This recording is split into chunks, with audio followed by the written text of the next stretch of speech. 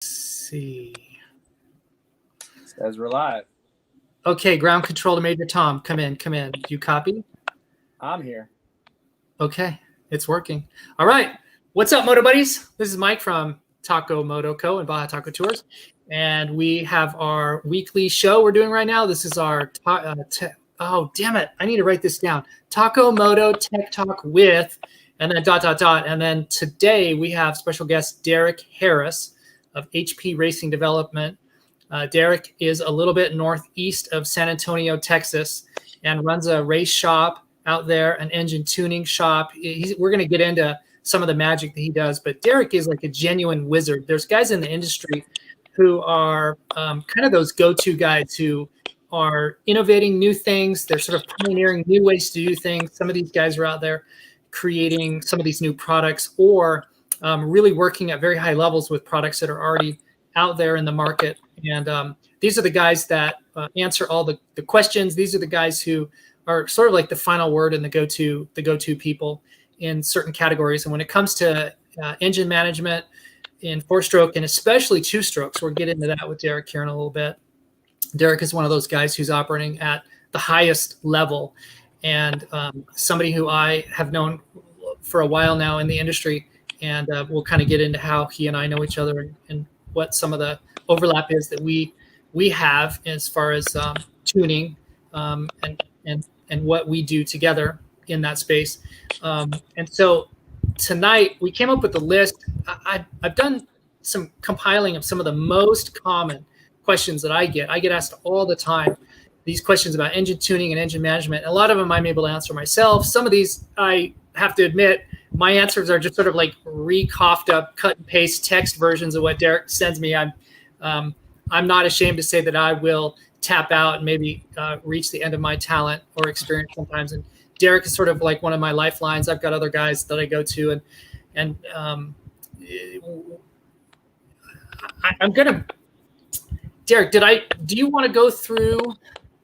So here's what I thought we would do tonight. On the right-hand side of the screen, you guys at home can't see this, but we see these questions that are going to come in. So if you're watching this on Facebook or YouTube live right now, ask any of the questions as we go. I'm sure that we'll probably, like, conversation will cause you to think of things that you may want to ask. But I've got a list of questions that are asked of me all the time. And Derrek, I know that you probably deal with a lot of these too. So I thought what we do is sort of a Q&A here amongst ourselves, and then some of the questions are going to start popping up. Yeah. Is there any? Good. Yeah. Okay. Is there anything you want to tell us about your background? I would like to. What I always like to do when we first started is like just get to know you a tiny bit. Tell me about your first bike. How did you get into moto? And then give me like a little bit of an arc of your career and how you got to this point where you are right now. That's a good question. It's interesting. I probably haven't answered that question in a long time. So my first bike was a PW80. I think I was 7, and I just wanted to ride motorcycles. Had no idea about racing or anything about that. So my father rode street motorcycles, and I thought it was the coolest thing you could do. So of course you can't ride those when you're young. So I said, hey, let's get a dirt bike, which we did a little research and just picked up, the right size bike for me at the time.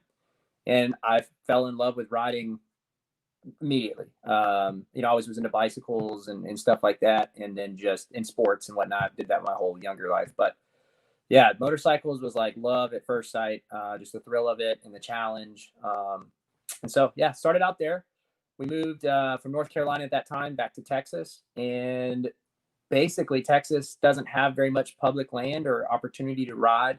So the first thing you hear of when you go to your local dealerships and whatnot was, hey, you need to go to the local motocross tracks. And so we would go that. And of course, if you're, into racing and whatnot, that a PW80 does not cut the job. So very quickly went from, basically bending frames and breaking that bike, getting all I could get out of it, which wasn't very much, into just getting into a motocross bike. And from there, just fell in love with the sport. Did it for a long time. In addition to that, I did other sports, but always loved moto, was always intrigued by it. I was always a very smart kid. I went to, I was like kind of leading the classes and stuff in various, math and science, and I loved physics. Always was fascinated with the mechanical side of the bikes. So I'd do a lot of my own service and maintenance and stuff when I was really young. and transitioned that as I got older into, rebuilding engines and stuff like that, just because I was interested in it. My family's got a long background in engineering. So my dad's a PhD in mechanical engineering. My mom is a PhD in chemical engineering. My uncle's a PhD in chemical engineering. My cousin's an engineer. And so I always had really cool stuff around the house with projects. And I got to see, my dad's an engineer. So like when people can't solve problems, they call his company and him, and he does stuff like that. So he's a consultant and does in his fields, some of the most challenging problems are headed his way. So I always got to see really cool projects. Like I had really, really neat science fair projects, which is super nerdy, but you had to do a science fair at my high school. And so my very first one, we strain gauged out a little bicycle frame, and literally this is before this technology existed. My dad was obviously paramount in being able to do the project, but we were Wi-Fiing the data as I rode the bicycle to my computer in my room, hundreds of yards away. And he built that system, that technology system to do that, which was neat. But then the science fair progressed the next year. I measured how much horsepower I was able to put out on a bicycle, which was a really cool learning experience for me way back in, 8th grade. So that was just kind of my, I had all of that. I had engineering in the house every day. I got to see cool, challenging things that my dad would work on, which was interesting. But I've always loved racing, and I loved the mechanical side of it. So from there, progressed forward, and I started my business kind of on the side out of necessity. I sent my suspension out at age, I'm going to say 19 or 20, and to a company, a very big, prominent suspension company. And I hated it. And I didn't get the customer service that I thought I should have, or what they claimed they would give. And I'm not, it is what it is. I understand now that I'm on the business side of it, the challenges of that. But basically I spent all this money, and and I had 2 bikes, and I thought the suspension was far worse than my other bike. And I was taking high-speed video at the time and trying to, analyze what was going on. So the very first thing I did was just revalved my own bike, and I, learned how suspension works, and I wrote some software on predicting suspension performance with damping coefficients and stuff like that. And then did a lot of high-speed video, just getting my bike right. And that's really the start of HP was there. I let my friends would ride it and say, oh man, I love that. Can you do that for me? And so that started out my HP business. I did it on the side. I was working for an engineering company during the day. And so it got to the point where I started doing service work and, some performance work on the engine side, which, back then I was learning all I could. So obviously what I know now far exceeds that, but, doing that on the side. And I found myself working, I'd be up at 5 for my engineering job, and then I'd work till 12, 1 o'clock at night, every day of the week. And then I'd ride Saturday and Sunday. And I just, decided at one point when I had all this backlog and had a lot of work at the shop, hey, I need to, either quit this business and just stick with engineering, or I need to go, all in. So decided to go all in and started my business. I think I was 20 when I went full time. I think I was 22 or 3, somewhere around there. Maybe I had to think back what it is. It's 2020. So 21. I think I was 21 when I started my full-time business, and learned a heck of a lot since then. And definitely, on the performance side of things from engines, I've just learned a tremendous amount.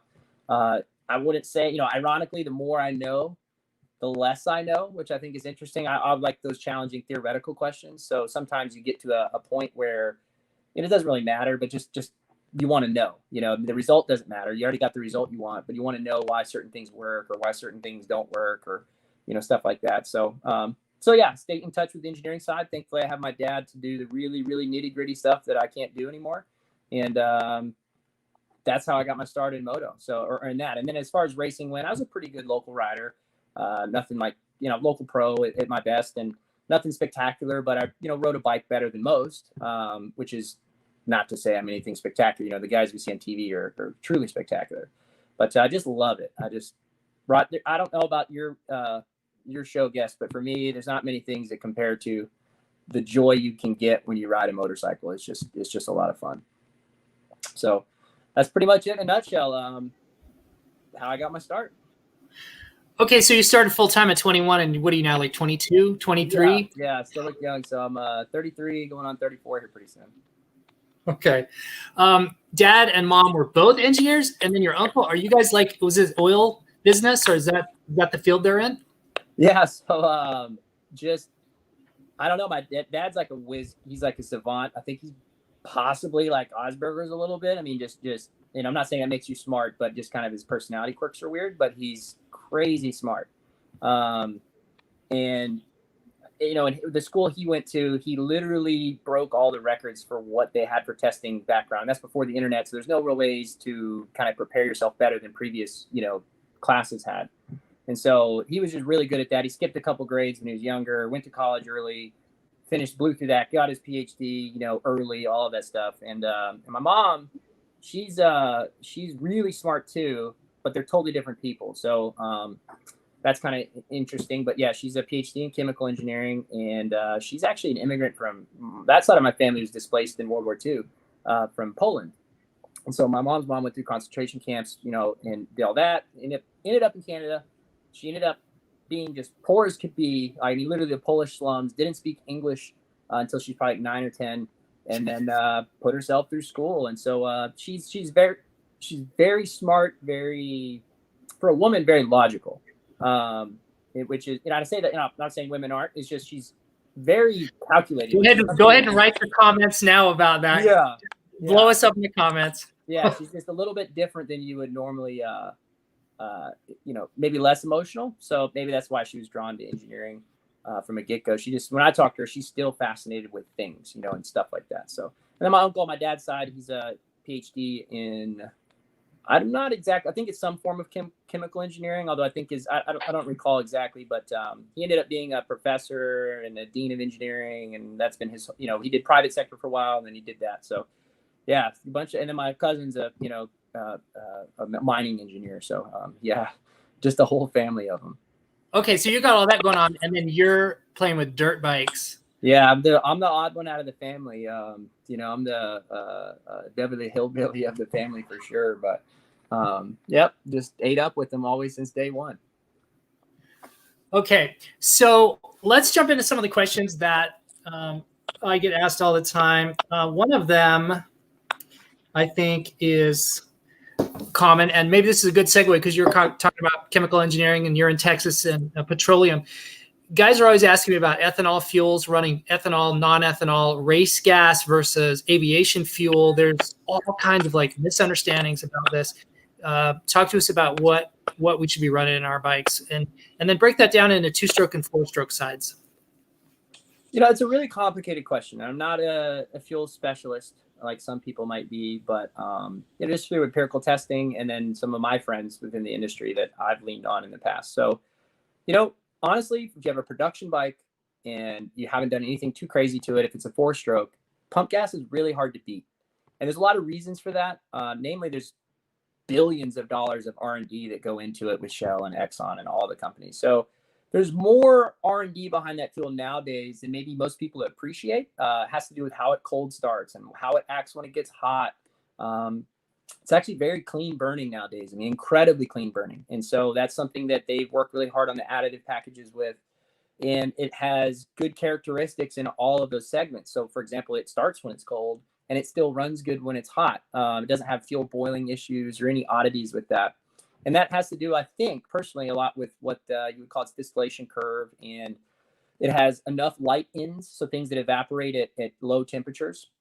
And then it has enough heavy ends to stay not evaporated until very high temperatures. And so that's what makes, I think, pump gas a really good fuel for a stockish engine. Like even, you know, in the world that you're mostly in, and you can correct me if I'm wrong, but you're in mostly the off-road world. The bikes are a little bit detuned from, say, the motocross world, which are, you know, a little higher compression, generally a little more cam and stuff like that. And even in the moto world, for like a production bike, pump gas is excellent. It's been designed around that fuel. So the compression ratio is designed around that. The mapping is designed around that from the OEM. And it runs really, really good. And like I said, if you get a top tier gasoline, so I think that's a, you know, brand name, but one that's one of the premium fuel suppliers, you buy from Shell, you buy from Exxon, and a whole host of other ones, you're going to get a very good fuel. It's very consistent. And the only issues that I've ever run into with that is bad fuel at the pump. So water in it or whatever happens there. It's very rare, but you know, if you're at a busy pump, but that, you know, that can happen. And so that's where, if you're racing, race gas makes a lot of sense, because you're, you know, most racing that we do is short opportunity windows. So you have 5 laps to get the job done. So if you go buy some pump gas that wasn't good for whatever reason, you didn't test it ahead of time, you show up, put it in the bike, get out there and have a big issue, whether it's not, let's just say you have water in the gas and it doesn't run well. And you can solve that issue without any mechanical damage, but your day's done, right? Like your moto's done, your race is over. So that's where race fuels really have some advantages. They can come out. They're pretty much always, I'm just down the road from VP Race Fuels, and I've done a lot of dyno work for them on some of the new fuel development. And so, they do a really good job of having hyper consistent fuel that's almost always good, so long as you get a fresh batch. Actually, on a VP can, you can look on it and there's always a date. Make sure you check that when you buy from a dealer. Some of these dealers have had them for a long time. But fresh fuel, and that's the advantage of race gas there. And then once you get into high performance stuff, and this is where it splits from 2-stroke to 4-stroke quite a bit. High performance 4-stroke fuels in my world are actually fairly low octane, sometimes lower rated octane than say pump gas is. But they have a lot of components in them that kind of make up for that. So like the octane test is a very old test. It's a very low RPM engine and it's a knock test. It has very little relevancy to modern 4-stroke race engines, which are generally fairly high RPM. Think of these 500s and 450s that are turning over 10,000 RPM. What car do you know that's not a supercar turns that kind of RPM, and especially for how big the bore is. If most people don't know this, but the bore of a 450 is about the exact same size as a Chevy 350. So, if you put the two pistons side by side, they almost are the same size within a couple tenths of an inch. So these are really high RPM engines. And so what works for those is a lot different than what works for the octane test. So that's where these high-end 4-stroke race fuels that make horsepower. So my example to the guys who are listening would be VP MR Pro 6, VP MR 12. Those are the really high-end race fuels that they sell. They make really good power. Just incredible power. But for what they are, for pouring it in your tank. But they're actually really low octane, and they don't detonate. You don't have problems with that. But you do have to mat for them, and they're way different than pump gas. So the bike doesn't run great if you just pour it in a stock bike without any changes. If you're just looking for really consistent fuel, like I mentioned earlier, you just never want a headache, then yeah, there's some race fuels you can buy that are a little bit lower cost than what I was mentioning, but are dead consistent, will pretty much pour in and go with minimal changes, or, you don't have to do change to ride the bike. And they're going to provide you that level of consistency that you want. But I always caution my people, my clients, when they buy race fuel that, when they say ethanol free at the pump, and ethanol has its pluses and its minuses. I've actually been meaning to do it, and I haven't put the time together. I want to do a dyno test with E85 on a 4-stroke for some people to maybe dispel some myths. I know in the car world, it's super popular now, but so there's a lot of data out there on that, but it will make more power than pump gas. Not a lot, but it will make more power. And it has to do with, some of the math behind it. But long and short, it's a little bit corrosive. Although if you're buying like those fuels I mentioned, good quality fuels, they are designed to store for, at least a month. So if your bike's not sitting, 3, 4, 5 months at a time, if you're going to fire it up and run it, generally those fuels are okay. Actually, the worst guess, and you might chime in here, whenever we do work for our Baja guys, whatever fuel they have in Mexico, which seems to be okay running wise, runs great, it can't sit for like 3 weeks. We've just destroyed some fuel pumps and some fuel systems by letting that gas sit. It eats air filters. It just destroys them. We run no-twelve down there just for that purpose. And it's just because we'll just destroy filters otherwise. But yeah, the US-based fuels are really good. They've got a lot of OEM development behind them, and they have to meet the requirements of the modern vehicles. Which, if you look at this new, these new cars coming out, even if it's a little 4-banger, they're really high tech, high compression, and high specific output, and have a lot of requirements that kind of meet the same requirements your dirt bike has. So yeah, that's that. And then on the 2-stroke side, huge difference. They do like octane in general if you're trying to crank up on the bike. So you put a little head on it, no compression on it, maybe get if it's a jetted, if it's a carbureted bike, get the jetting really on the edge of the best performance. It's going to need more octane. Most of the bikes that we deal with are like a KTM. They're designed pretty good around pump gas, but once you start making any form of performance improvement, if you're not careful, you can definitely run into some detonation issues. And so for that world, I recommend as just a go-to fuel is C12. It's hard to beat. You don't have to run it straight if you're not running really crazy engines. You can just blend in a little bit with some pump gas to get a little bit higher octane rating. And then you can do whatever you want with the bike. The other fuel that I use for 2 strokes, and I absolutely do not use it for 4 strokes. It's trash for 4 strokes, in my opinion, is avgas. So we use 100 low lead. And on 2 strokes, it's a fantastic fuel. It stores incredibly well. Think about it. From an aviation standpoint, they don't want airplanes falling out of the sky, and it's going to sit in some guy's, private airplane maybe for a month or 2 in a hangar, or 3 or 4. It's got to sit in the fuel cell at the airport. It stores amazingly well. If you keep it sealed and off the ground and free of moisture, avgas is probably one of the best storing fuels I've ever encountered in my life. It's about 100 and, it's rated 100 low lead. It's technically an extremely high leaded fuel. So for your health, really bad. Don't get it on your hands and stuff like that. It's just not good for you. But having said that, it's about 5 times the lead content of most highly leaded race fuels that are sold now. It's a very high lead content, which is good for 2 strokes. It kind of slows detonation problems. So in our experience, even though it's rated at 100, which is a different aviation test, it's about a 105. That's about what we, if I'm blending something else or running something else, that's when we run into issues. About the 105 octane, would be what I call it. Fantastic 2-stroke fuel. So highly recommend it.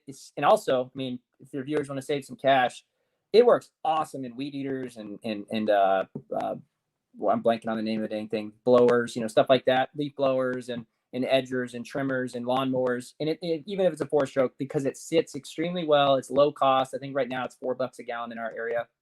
And it'll serve your needs for those extremely well. On the 4-stroke side, it doesn't make more power, and it requires pretty good mapping changes to even run as good. Generally, it'll kind of stutter and blubber and not run great. And no matter what you do to your engine, whether you bump the compression up, trying to make use of the additional octane or whatever, it just doesn't make the power. It's just not a great 4-stroke fuel for performance. And really, I think most of our callers are, for me, I'm a performance shop. So, in the 2-stroke world, you can make it work. It runs about the same as C12 to me, dyno-wise, almost identical. And so it's a pretty good fuel. And we've got some things we do with it if we're trying to jazz it up for a little more power. But, yeah, so, and side note, I probably shouldn't share this, but the race fuel manufacturers for a long time used avgas as a base blending agent. So like maybe 50% of a fuel would be avgas, and then they would throw in some of their other components. So, the VP story, which is amazing. Steve Burns, the founder of that, is such a cool story. But his early fuel development came all due to World War II papers published for aviation. So all the compounds and what they did and all their testing, all of that came from stuff he read in libraries post World War II, which is where a tremendous amount of engine R&D was done, obviously for our fighter planes. So, yeah, the avgas was used then, and then of course it was in the books, and so it was a blending agent for almost all the race fuel companies for a really long time. So some of what you read on the internet was probably, I'm just throwing it out there, started by a sales guy, and then it gets regurgitated on forums like you hear, avgas is only good for altitude and this, that, the other, or, only good in an airplane, low RPM engines. And, the reality is there's some Rotax engines out there that spin 10,000 RPM. There's 2-stroke Rotaxes that are in ultralights and small engine aircraft. So it's a good fuel, very consistent, and highly regulated. So when you buy it, you're going to get the same fuel, which is really nice. So it's kind of an alternative to race gas for 2-strokes. But race gases have their place. And at the end of the day, if you buy the right race fuel for your application, it will be better than, say, an avgas or whatever, and especially pump gas. Ethanol, just to finish that real quick. Like I said, if it's not sitting for too long, it's fine. And if you jet or map for it accordingly, it's fine. You can make the bike run however you want. It just has a different stoichiometric ratio than, say, non-ethanol, ethanol free fuel. So if you're kind of follow the E85 world in cars, every 10% you add, it's going to change the stoichiometric a good amount.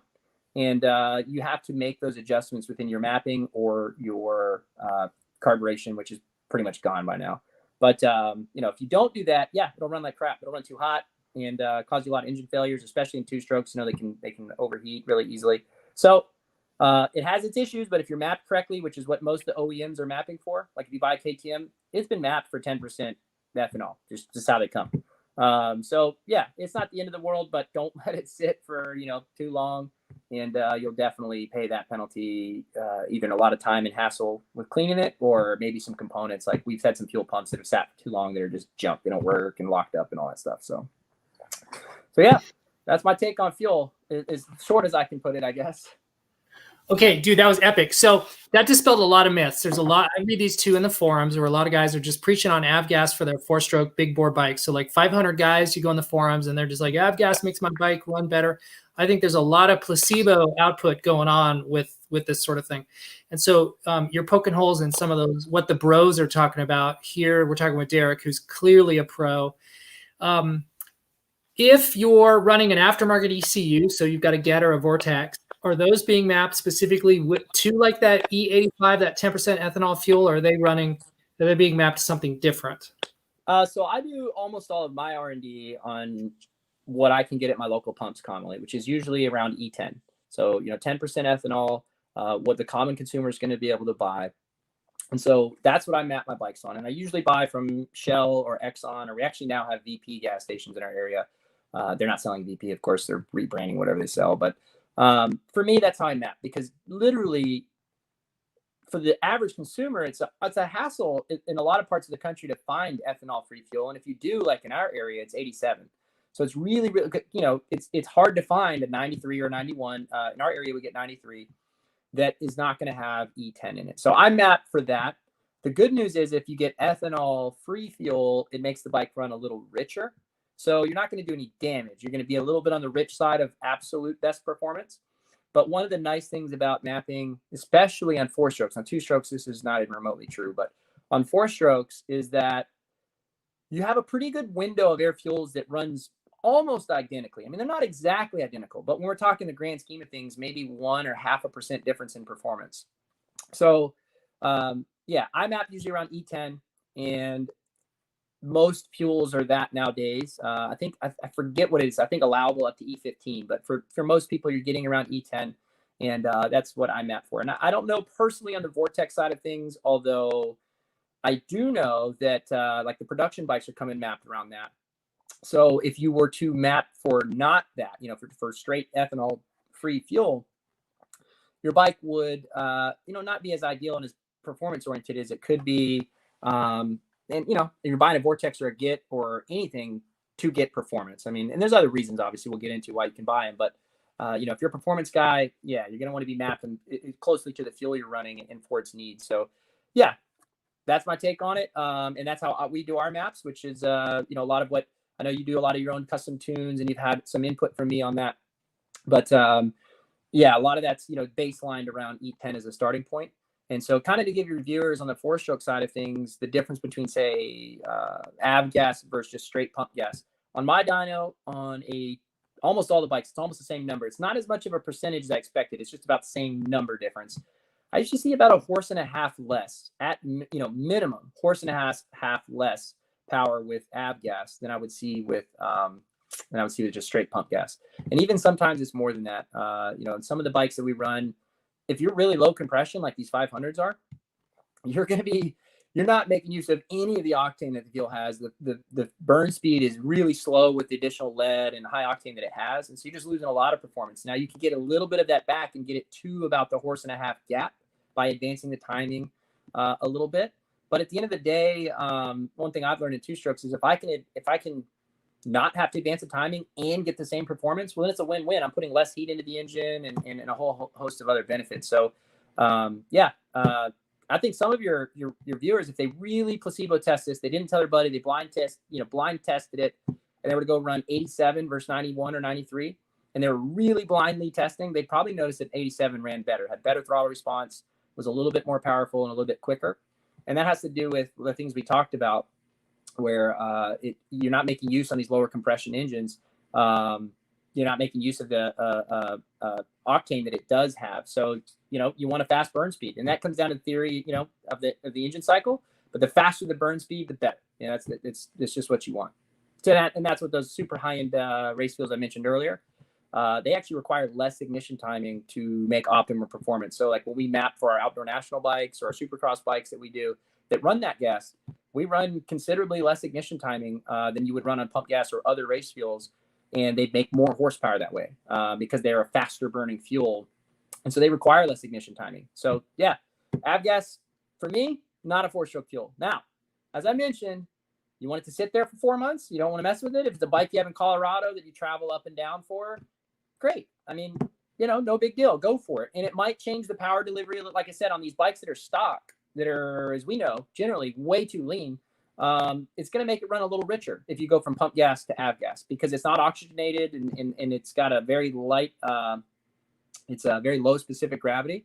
And so it doesn't supply as much massive fuel, and then it doesn't have the latent evaporation charge cooling that you get with pump gases. It doesn't evaporate very easily. It's almost like diesel.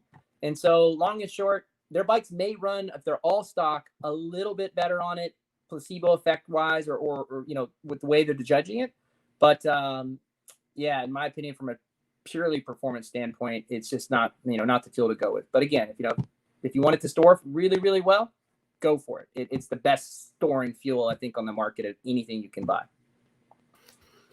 Okay, very cool. So guys, I hear talk about going all over town to find like that 87 ethanol free gas. Are they I'm kind of gathering you're saying they might be wasting their time a little bit. Although you did say, if I heard you correctly, that they're going to feel a little more power and performance out of that 87. Because of the low octane, are they in danger of some detonation? Should they be listening very carefully? Should they be throwing in some octane boost? What are your thoughts on that? And then also add to that, how relative is it where you are riding your bike? So if I'm riding in California in the hot desert versus if I'm in the altitude in Colorado, should a guy maybe pick a fuel based on his elevation and then the temperature and then maybe even the workload? So if I'm going to go, I want to throw this variable in there. I'm going to take my bike out to the dunes. California, I'm going to go to Glamis. Summertime, it's going to be hot, and I'm going to be putting a lot of work and demand on the engine while I'm on my 500 pulling some dunes. Should I make a fuel choice based on the riding that I'm going to specifically go do? That's a fantastic question, and actually I hadn't even considered some of those. So avgas doesn't evaporate very easily. So it actually would be really good for extreme high altitude, right? Because the boiling point's reduced and all that stuff. So if you're high altitude, very high temperatures, maybe there are some benefits there that I hadn't even considered. And then the dunes, that was another good example. You really stress an engine at the dunes. So like if you're wide open and you're just absolutely punishing it, getting a higher octane fuel is definitely going to be beneficial. I mean, if it was me and I'm going to the dunes, I'm going to go run at least 90, the best, highest octane fuel I can get out of the pump, which would be, like 93 here or 91. I'm not sure over there, but I think California is 91 too. So definitely that's important, because then when you're really heavily loaded and the engine gets cooked and the piston crown temperatures are climbing and your head temperatures are climbing, you get these hot spots and the fuel vaporizes early and it doesn't cool it enough, you can run into detonation. Now, granted, on a stock engine or a stock compression engine, really, cams and stuff you can get away with, you could probably run 87 all day long. They're very low compression, standard 450, 500. Even, all the off-road models are fairly, the street versions, fairly low compression compared to, say, the moto models, which are pretty high nowadays. So let's what is those numbers? Because like the new 2020 500 EXCFs, they're running a 12.7 to 1, up from 11 to 1. So they're now up a point. How does that? Yeah, that's a whole point. That's a big deal. How does that compression relate to what's the ratio on like the motors you're building for Supercross bikes? So our all-out engines in Supercross are around 15 to 1. Any more than that, we haven't found any power, and so we just don't do it. And the 450s that we build, I'm not chasing much horsepower these days on 450s. They just don't need it. They're so fast out of the crate. Like the 500 is a great engine. I think you published some charts earlier this year what we did with the Git for stock and all that. And I think on our dyno was like 55ish, if I remember right, with the pipe, the Git, the reeds pulled, that whole deal. Yeah, on that one we were 56. We were high 56, almost 57 on that one. Okay. On the same scale, the same dyno, a production KTM 450 SXF is probably, I'd have to go pull up a chart, but at least that good. Right around that number. And so, 50 cc's, actually 60 cc's less because they're a 510, making really good power. And so those are the, off the top of my head, I think those are 13.2 now, or 13, might be 13.5 at this point, but I generally run 13.5 to 1 on our 450s safely when they're mapped correctly with pump gas. So if somebody wants to do a little upgrade on a 450, we'll run around that number. But any more than that, and instant problems. So you just can't pump gas. It's not doable. Now you could map all the power out of it and then just completely negate, why you bought a high performance piston. But so that's kind of the range. So I guess on the new 500, like you mentioned, it's up there. You're gonna have to really consider that. They aren't tuned on the Razor's Edge stock as we showed in that chart. Like 40. What was it? It was really terrible out of the box. I couldn't believe how bad it was. 44 or something like that. But, yeah, so those things are running stock. They're running 14.7, and through the range they'll get as high as 15.8. So right. they're just straight stocking mid to high 14s, going almost 14, so 16, like almost to 17. I don't want to say 17. It does not get into 17, but it like is dancing. They're 17, and it's just dancing underneath 17. It's crazy. What they're doing there, which the reason they don't detonate stock is because they don't make the power, right? So they're just so limited in how much horsepower they're putting out. And power is BTUs. You make more power, you're putting out more BTUs. Period. That's just how horsepower is made. And that's one of the myths I love about race gases and stuff I read online. It's like, no, you're making horsepower, you're putting out more BTUs, and that's just what you're doing. So at the end of the day, they're just not tuned on, one thing most people don't know. So we'll talk about combustion theory. And this took, like I said, when I started my business, I had no clue about this. And I could still get a good final product, but as you get older and you answer questions and you do research, you learn this stuff. So lean mixtures burn slowly, and rich mixtures burn very quickly. And so in the instance of like this KTM, if you have the exact same ignition timing, which we don't with our Git, but if you had exact same ignition timing between a leaner mix, like a 14.7 and a 12.5 air fuel ratio, if you actually measure the burn speed and the mass burnt, you're going to find that the 12.5 burns way quicker. And so it's like advancing the timing. And so when we make more power on these bikes, a combination of fuel and ignition and a couple other things, it's a lot different. And that's where detonation might come in, because now you're stressing the engine a lot harder. The effective compression ratio with horsepower goes up. And so even though your compression ratio is not up, your effective compression ratio is always going up. So, your volumetric efficiency going up. Like when you're making horsepower, like on two strokes, this is an interesting phenomena, but the more power you make, oftentimes you have to start, when you get right to the razor's edge of what you can build on an engine, you have to back down the compression usually to find that next step. And it's not always, but you can definitely, as you find horsepower, right, you're getting more air and fuel into the cylinder, and the effective compression ratio is going up. So yeah, anyway, it's a good point. The new 500s are heavily updated, much more closely to their SXF counterparts as far as the piston and compression go. But KTM's smart, and if you're running it stock, it'll run on 87, guaranteed. They're putting that R&D in for you. But yeah, that's a great question about the dunes. If I were going to the dunes, I'm putting some good gas in the bike. I mean, you're just punishing that thing with temperature and load.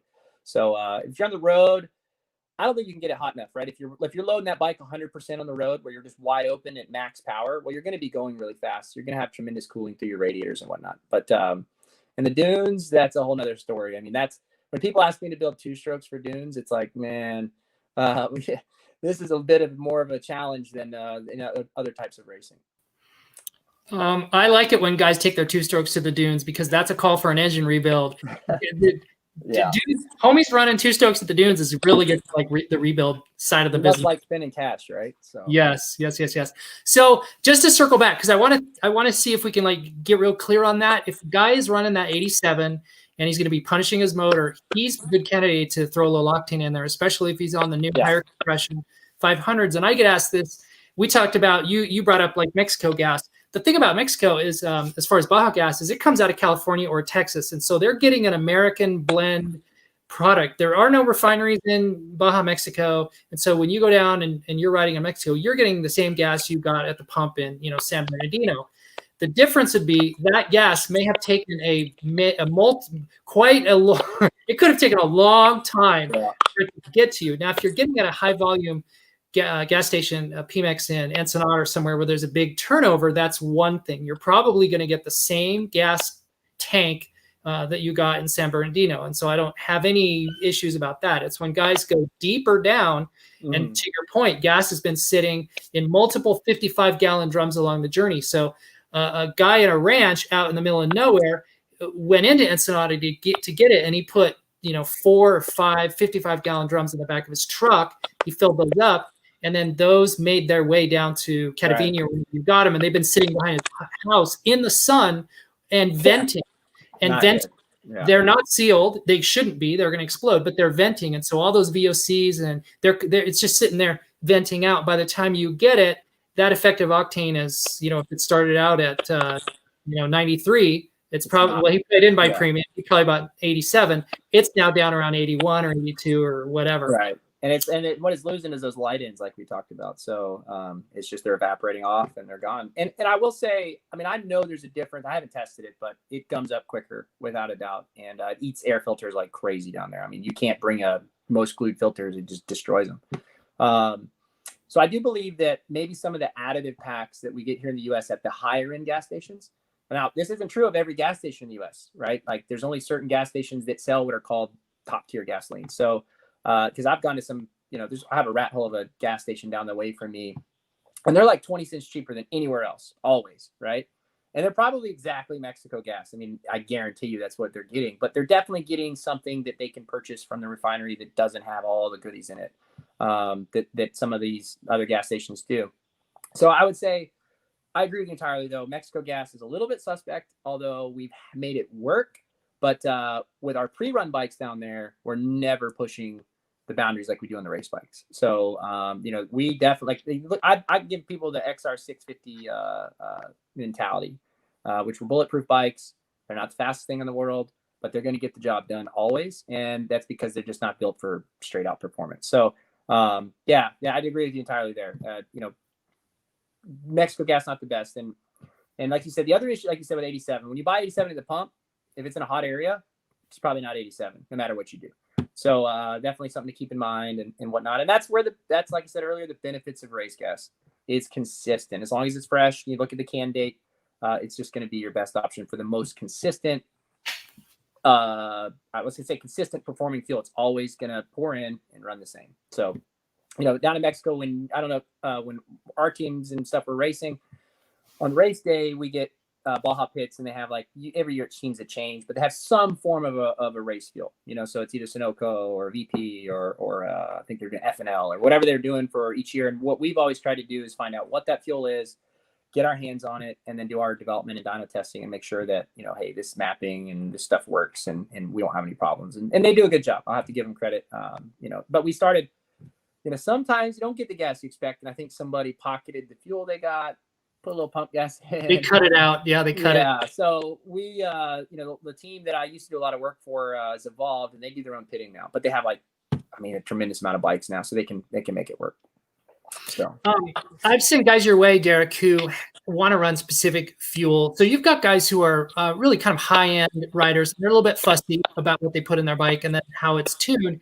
And you can do that, can't you? If a guy has good access to a specific fuel, he likes the fuel, maybe there's some legacy brand that he's really fond of, and or you know what, guys like the smell. There's a lot of sort of nostalgia to the experience of riding your bike. I happen to like the Klotz 50 two-stroke oil only because of the smell. Now I know there's probably better performing oils, and you could make a really valid argument that I'm making a bad call in specific ways by running that oil, that there's maybe better choices out there. But damn it, I'm going to run that oil because I love how it smells. I love coming up to a stop in the forest and then having the blend of that Klotz castor bean oil, and then with the pines and all of that together, to me is the nostalgia of the experience, which is what I'm going for. And so I love it.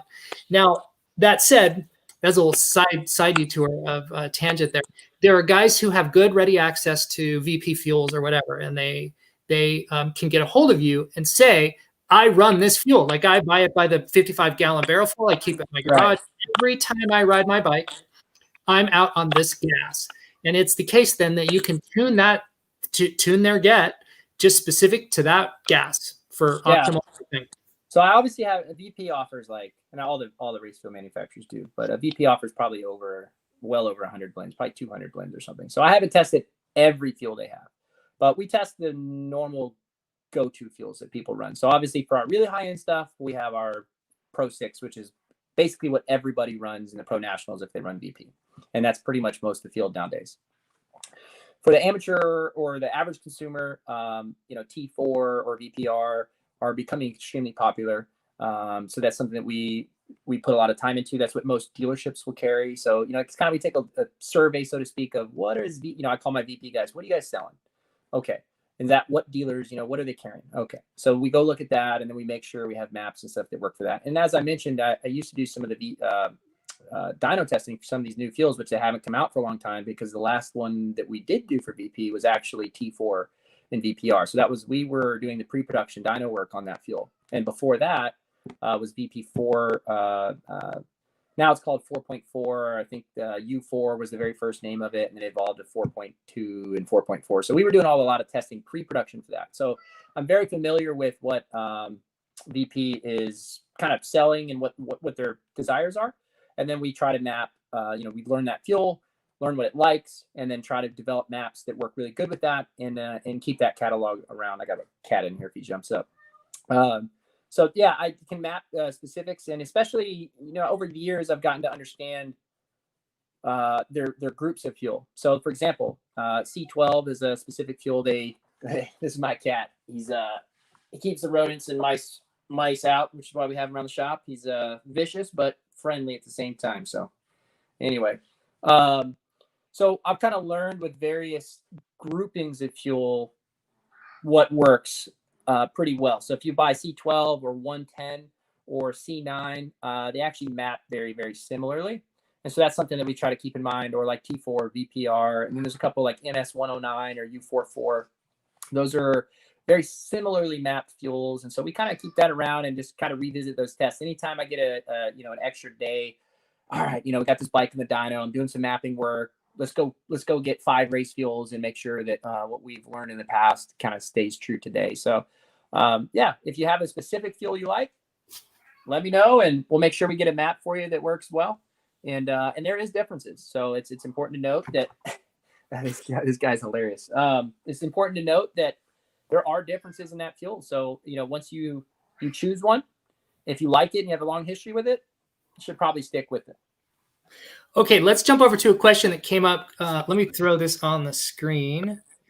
All right, so this is a TPI question, and Derek is one of the more competent, capable, renowned guys who are working in the TPI bikes, and I think this is a good question.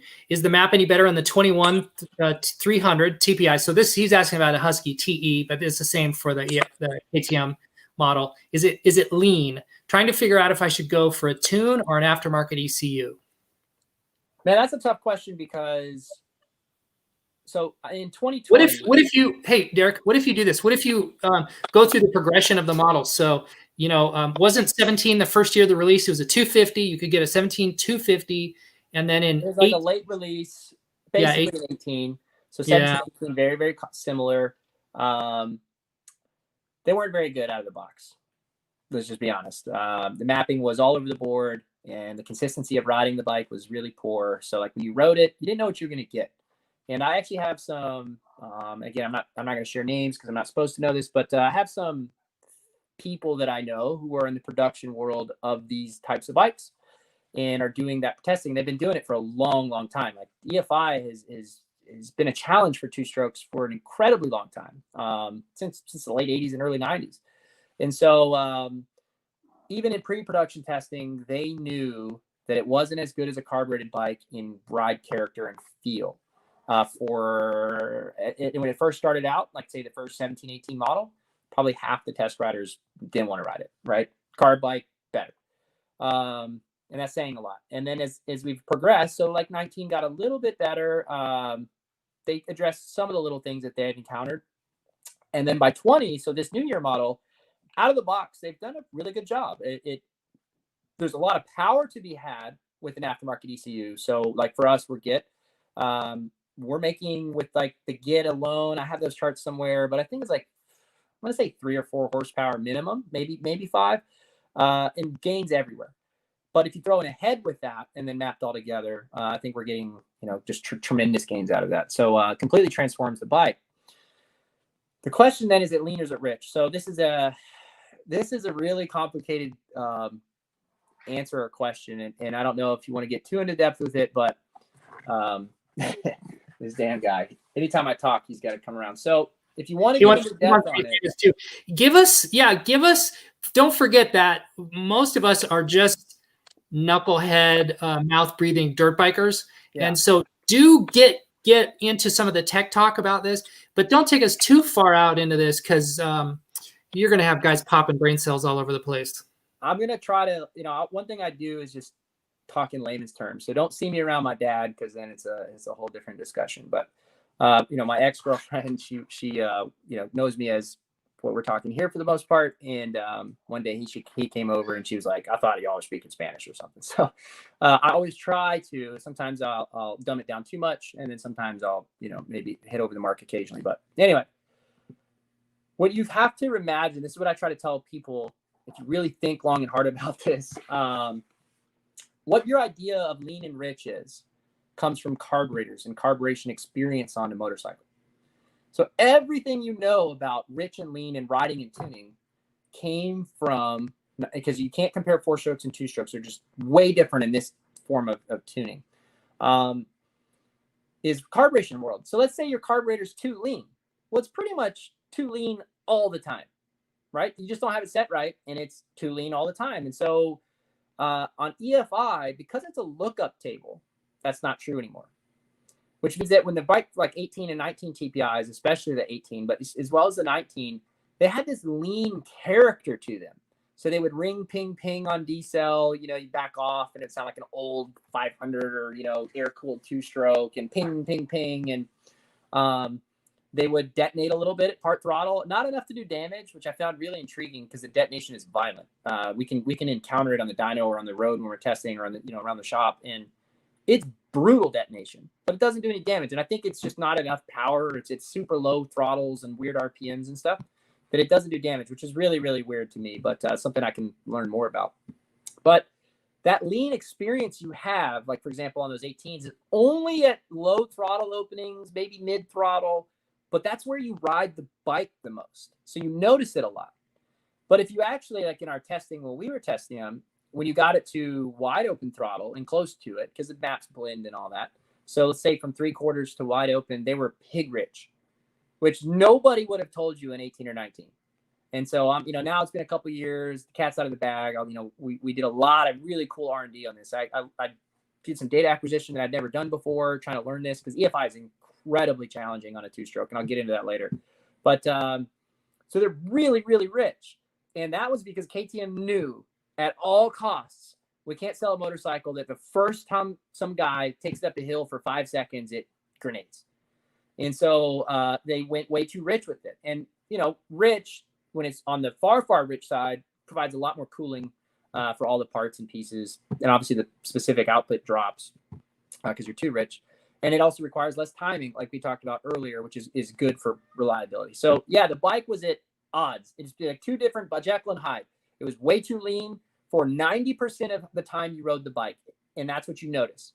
When you back off the throttle, you tip into the throttle, you're single track in, you're going up a mountain, you're even on the motocross track, right? Most people don't ride past half throttle, maybe 20% of the time. And so the bike felt lean to most people. But then when you really got into it, it was too rich. So for 20, KTM made some big strides. And I think there's some competition to, I don't know about me. I mean, to you, I know he's competition, but I watched some of their videos and stuff. And he originally said, oh, we got some stuff for the TPI and it's coming out. And it never did.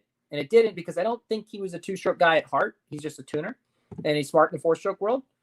But 2-strokes don't work the same way 4-strokes do. And they don't actually care for a specific air-fuel ratio, which is something else we could touch on. But yeah, 2-strokes actually just care for what they care for. What makes the best power is what they like. Don't tune to an air-fuel ratio specifically. Tune for power delivery and character and reliability. So, that makes it very challenging to tune for because they run a gambit of air fuels oftentimes that works best. So, that's so the 18-19 and I guess like early 17s had just both. And in 20, they made big strides. The production bike's totally rideable, at least in my opinion. Everybody has what they like. It's a very subjective testing field. But to me, I can hop on a 20. I can have a blast. It runs, it's a dirt bike. Don't worry about it. Now, performance-wise, on my dyno, the 20 fell off, I'm going to say 7 horsepower or something like that. Maybe I had a really spectacular 19, but it was dramatic. The 20 was basically, for me, our race 125s are putting out the kind of numbers that the 2300 is. And so out of the crate. And so that was really underwhelming when I rode the bike. I rode the bike and said something is wrong, or, you know, they've changed something, and they did change some stuff. So they really geared the cylinder and the power delivery on that particular engine to be incredibly enduro friendly. It's probably the best enduro, you know, like single track, tight enduro, mountain climbing, but not high power stuff.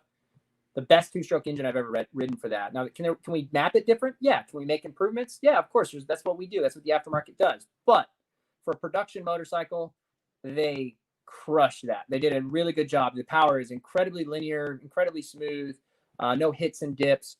You know, and that's what they were shooting for. And it's one of the reasons why the motor's kind of underwhelming is how they did that with some of the ports and stuff like that. So, yeah, but the F20. Now, 21, I haven't really gotten our heavy R&D in yet.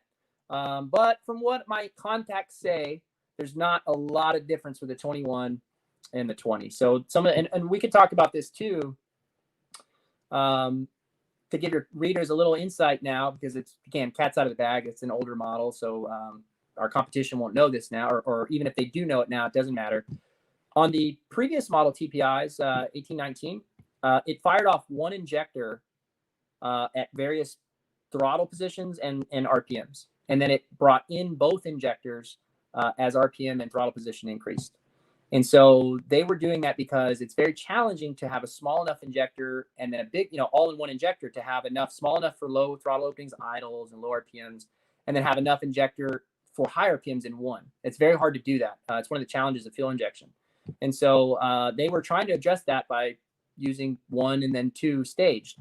But where those two came on, so like when you blended the two, made it really hard to map. To get both of those to work right, and your fuel map looked crazy.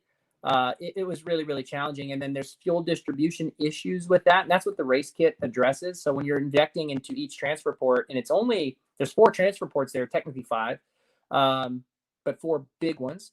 If you only inject into one, then it's not distributing itself all the way through the cylinder equally. And then you have combustion issues. So that's the race kit right there. Yeah. So Derek, let's talk about that. You brought up something now. It's going to be difficult to see, but there are 2 ports, each blah, blah, everything's backwards and upside down. Okay. So this is one of the ports for the injector. You see that hole right there. One of the injector goes there. You can see here, this is the intake channel. And then the other one is over here. I'm doing a terrible job. My brain is like not. It's hard to do. Yeah. Every time I move, I'm like, which way are we going? Yeah. Which way? Everything's in a mirror. Anyway, this thing lives right here behind, I forget if it's in front or behind of the reeds, but this is the reeds. Yeah, the reeds are. It's in front of the reeds. Yes. Yeah. Well, so that's the fuel is on the engine side of the reeds with the git. Yeah. Okay. And then what it also does is it uses these and the side of the cylinder, and that's what plugs up where the injectors used to go. So as you talk about the race kit, I just wanted to give a visualization of what that was. And then this is the ECU. This is the GET ECU that controls all this, and it's specifically mapped to run either a bike that has the race kit or the non-race kit, and then talk about sort of the differences and where you were going with that. Okay, so now you kind of know. So that's what the KTM stock was doing back then. So even stock, it ran off one injector and then transitioned to the second one as RPMs and throttle positions increased. They changed that for 20, and it ran off both injectors. And so the bike, the fuel map looked more conventional. I mean, if I showed you a 3D graph of the fuel map, it's just all over the place. Look crazy. And the new one's very linear, right? The more RPM you have, the more throttle. Well, not RPM, but the more throttle position you have, the more fuel you have. You make the most amount of fuel is delivered at peak torque, which is maximum brake mean effective pressure is at peak torque. So that's where you make the actual most fuel and air in your cylinder. And then it tapers off from there as RPM increases, but close to peak horsepower and then further into over rev. So they changed that for 20. And in my opinion, the bike runs night and day better stock.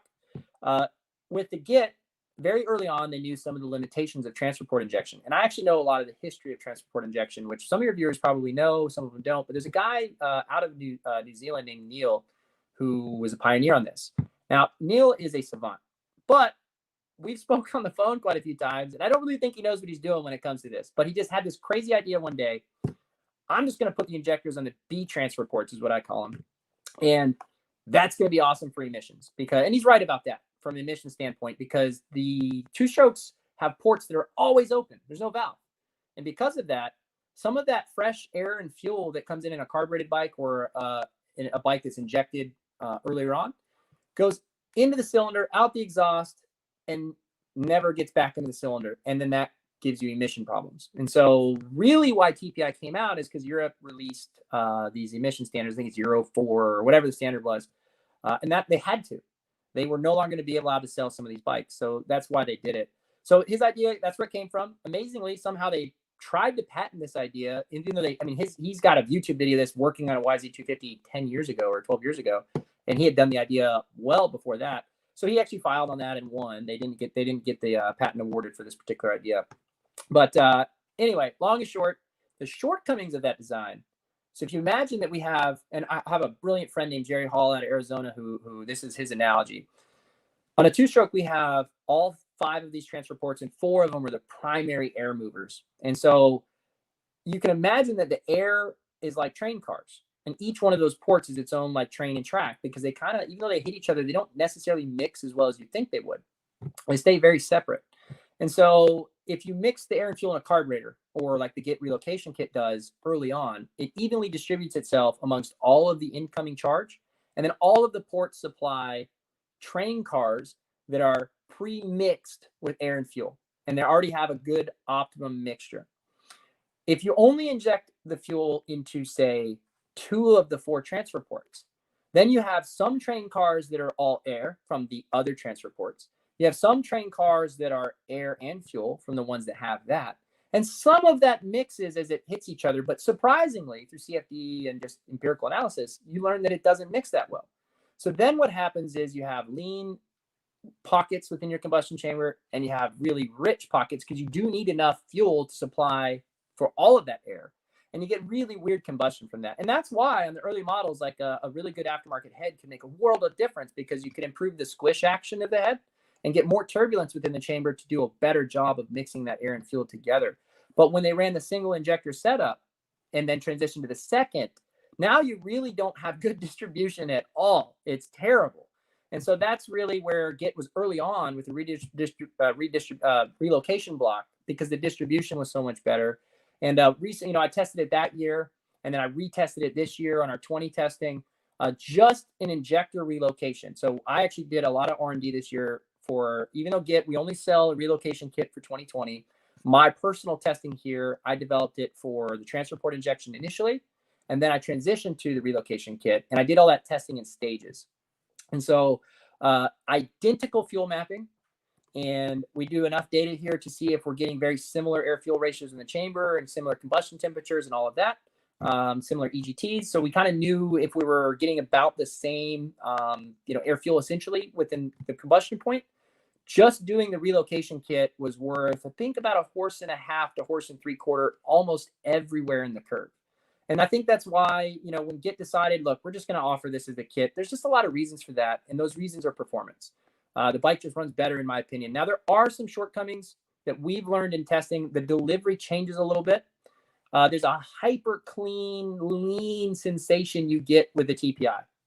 No matter if you run the exact same fuel map and then just do the relocation, it has a different feel to it when you ride the bike. Now, it doesn't, dyno's better with the relocation, but that's different than feel. And what that, I think, has to do is, again, we have these lean pockets and then we have these rich pockets. And so it's a little bit different.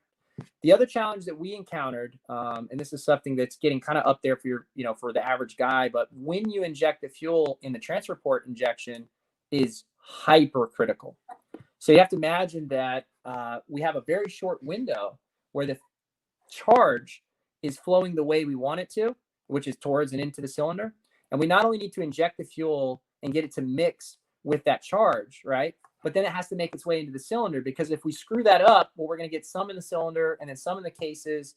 And then we're going to repeat that. And it's going to cause some headaches. And it's also going to be bad for emissions. And so for KTM, they didn't want that, right? So we did a lot of testing on the previous model on what's called injection phasing, which is when it fires. And there's just a lot there. When you go to the relocation kit, life gets way easier. You don't have to worry so much about the phasing. The distribution goes through the roof. And overall, performance gets a lot better. And one of the things that I personally do with the Git is I stage my injection between the two injectors. So I don't inject them at the same time. I inject them staged. And we do that so that I can get optimum distribution throughout all of the intake charge we can get, and try to get optimum charge cooling too. And I think that's why the relocation kit makes a little bit better power. Personally, is a little bit better combustion, and then secondly, we get more charge cooling. We get to keep everything a little bit cooler, and that always makes horsepower. Maybe some of your viewers are not too familiar with the racing world, but we run dual injection kits on 4-strokes, and so we run a the Kawasaki's come that way stock on the 250s, and now the Suzuki's, and that makes horsepower very easy to measure. I'm actually going to be doing a YouTube video on that on a Suzuki here shortly. But it makes power because you get more charge cooling. Plain and simple. It's not because you have two injectors. They both can supply sufficient fuel. It just has to come down to the fact that we place it farther away, it has more time to cool and more time to atomize, and then you make more horsepower. So, yeah, relocation kit, more power, easier to deal with, less finicky, and in my opinion, on the older model, there's some hiccups and bogs and headaches that were really hard to tune out. And there still will always be. I mean, we're always going to get better and better. But with the relocation kit, most of those issues go away.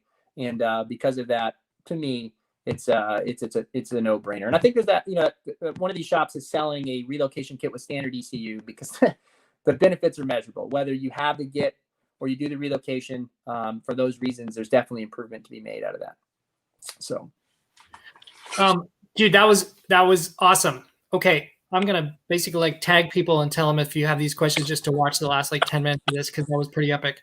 So to Christopher's question, he basically wants to know is this 21300 fueling correctly enough to ride in all sorts of situations? And maybe what he's doing is basing his question on the 18 and 19s, which did have all those rideability issues that you talked about. Could a guy? So here's something that I'm trying to imagine myself. I bought an 18 or a 19, and I did not know that it had these sort of inherent learning, baby steps, right? As far as the technology goes. Yeah. Is it possible that I could throw a head on there? So RK Tech, I've had a great conversation with him this last week. Kelsey, let me just add this in to make a point that you said something earlier. We're going to start working together on and I'll loop you into this since we're kind of early in these conversations, but getting some packages together with the RK Tech head, the ECU, even the Power Commander, different fueling versions, models at different price points, because the Get is really a premium level product and it comes at a premium level price. And a lot of guys are like, I'd love to be at that point, but I'm not there. I need something that's sort of a step down from there, and that's where the Power Commander will do a really good job. And so talking with Kelsey, trying to line up a date where we can get a couple of bikes up to him in Idaho and then bring some Power Commander, just sort of go in Commando style and just, spend a big weekend knocking some of this stuff out. And I asked him about, access to a dyno, because I come from the 4-stroke world, and so that showed my ignorance. And he's like, dyno, why ain't using a dyno to tune these? I'm tuning it with my ass. My butt, my 30 years of riding and tuning and perfecting 2-strokes is a better calibration device than your newfangled, dyno. And he doesn't have any 4-stroke experience. He has really devoted himself exclusively to 2-strokes. And so I had this little mind thump where I had to realize this guy is some sort of voodoo magician, as are you probably, in that he can hear it, feel it, experience it, and know where he needs to add ignition and fuel. And the 2-stroke is its own animal. It is so different than a 4-stroke. And just a caution, a lot of guys say they specialize in, a lot of guys will say I work in motorcycles. Okay. And so they're sort of is that are you a 2-stroke guy or a 4-stroke guy? And I've come to learn through my experience, the guy who says he's good in both is neither good in either one. And what I tried to align myself with is guys like Kelsey or you, who are absolute magicians and specialists in that particular machine. And I look at you and Kelsey as probably some of the best minds in the country, and as far as 2-strokes and 2-stroke tuning. So could a guy, circle back to my question. So could a guy who landed an 18 or a 19, not knowing what some of those issues were, or he just has this legacy bike and he's never been able to get it run, can he throw on a relocator block and a head? And would that maybe kind of in a budget fashion, solve a lot of these problems and give him a much different bike? Yeah. So on the older models, if you did a relocation and a head, you'd make an improvement. And there's a couple things. You're never going to solve the fact that it's too lean if you didn't do something about that. At the lower throttle openings, the ring pinging, and those characteristics the bike had. The only way you can change that would be, like you said, with something that can alter the fuel control. So that could be a power commander, that could be a GIT, that could be a piggyback, fuel controller. And then, of course, like you said, knowing what to do, when to do it, how to do it is also critical. And like Kelsey, I know Kelsey pretty well, and he's like you said, one of the things I love about Kelsey, and it's so frustrating when I go into some of these forums. I don't even go to forums anymore. It just drives me nuts because I read stuff that I wrote 10 years ago that's been regurgitated, but because of the game of telephone, it's not even as good as when I wrote it to begin with. Like, some of the meat and potatoes is there, but the majority of it's not right anymore.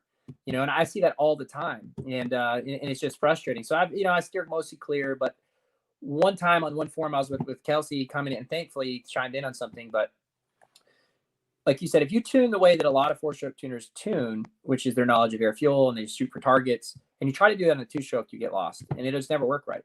And there's a lot of reasons for that. And the number one reason is it has an exhaust pipe, which is essentially like a supercharger, turbocharger. It's a huge power adder. And then the pipe works off the speed of sound. And the speed of sound is dependent upon temperature.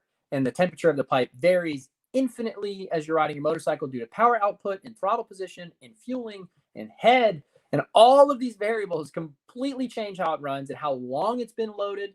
So, for example, the pipe temperature under steady throttle, steady load, and steady RPM is going to climb because it's a heat soaking device, if you want to call it that. But you start off at a cold temperature, you put it under load, and then it's going to start heating up and getting hotter and hotter and hotter. Eventually, it will reach a state of equilibrium. But the way we ride these motorcycles, you never really achieve that because you're constantly varying RPM, constantly varying power output, constantly varying, the load and all that. And so for that reason, the pipe's always moving around. And because of that, the fuel requirements are moving around because it's actually moving the air into your cylinder. It's sucking it through, and then it's actually stuffing some of it or preventing some of it from leaving, but some of it gets out. And as that pipe temperature changes, it changes how much fuel is needed because it changes the demand on the engine. And that's where carburetors are brilliant. They do that. They're a mass flow device. They measure mass flow and they supply fuel. Fuel injection doesn't do that on a current 2-stroke. So these are lookup tables, and they have no provisions for how much air is going into the engine, and it's just empirically done. It's done through testing. You create a lookup table on testing, and it's not perfect, but it's the best average that you have for the average pipe temperature that you're going to encounter. And again, this goes back to, luckily, all engines run decently over a fairly wide range of AFR if everything else is done right. And so for that reason, we can actually make EFI work on a 2-stroke. But when it comes to the really fine-tuned nuances of it, it's extremely challenging. Honda HRC tried for years in GP racing. There's some SAE papers. If you're into that kind of stuff, you can go read through. Incredibly complex, lots of math and calculus. But basically, they gave up. They said, man, carburetors are better for us now. And I'm not saying for our application that's the case. In their application, there's a 500cc fire-breathing dragon beneath some guy's legs. He's leaned over at 60-degree lean angle in some corner. He's at the razor's edge of traction, and one additional horsepower will make him crash. Well, he's steady throttle, he's leaned over, and the bike changes pipe temperature and makes one more horsepower, and he crashes. We don't really encounter that in what we're doing, right? So, not the same situation. So that's why we can make it work. But it is different. It is a challenge, and that's where Kelsey's fantastic. He's so good at riding the motorcycle, getting a good feel for how it feels, which is the number one category that most people miss out on when they're tuning, and saying, well, I like this feel. I don't care what it sounds like so long as it feels right and is consistent. And that's really how I jet carburetors too. So we go for the best overall feel and performance. Sometimes that sounds rich, right? Sometimes it sounds a little bit lean, although usually it's on the rich side if it sounds goofy. But sound be damned, how does the bike perform? And that's the number one thing to tune off of. And unfortunately, I think that's lost on some of the forums. And some people are looking for, I don't want any oil out my exhaust or whatever it is. Why? Well, I just don't like it. Why? I mean, if you care about the environment, okay, I get it. Although some of these oils can be biodegradable and yada, yada, yada, and whatever. But why? That oil is the lifeblood of your engine. It's what's lubricating that engine. It's the only thing lubricating your crank, your main bearings, your piston, your rings, your skirt, your cylinder. It's the only thing. You want oil in there. You need it. If you don't have it, you'll have a problem. And, you know, some of these oils that do a fantastic job under extreme duress don't burn off when you're barely loading it. But you need that protection under extreme duress if you want a long-living engine. So you might get some oil out the exhaust. Now, you can tune and tune and tune and maybe get rid of that. But don't make that your tuning requirement.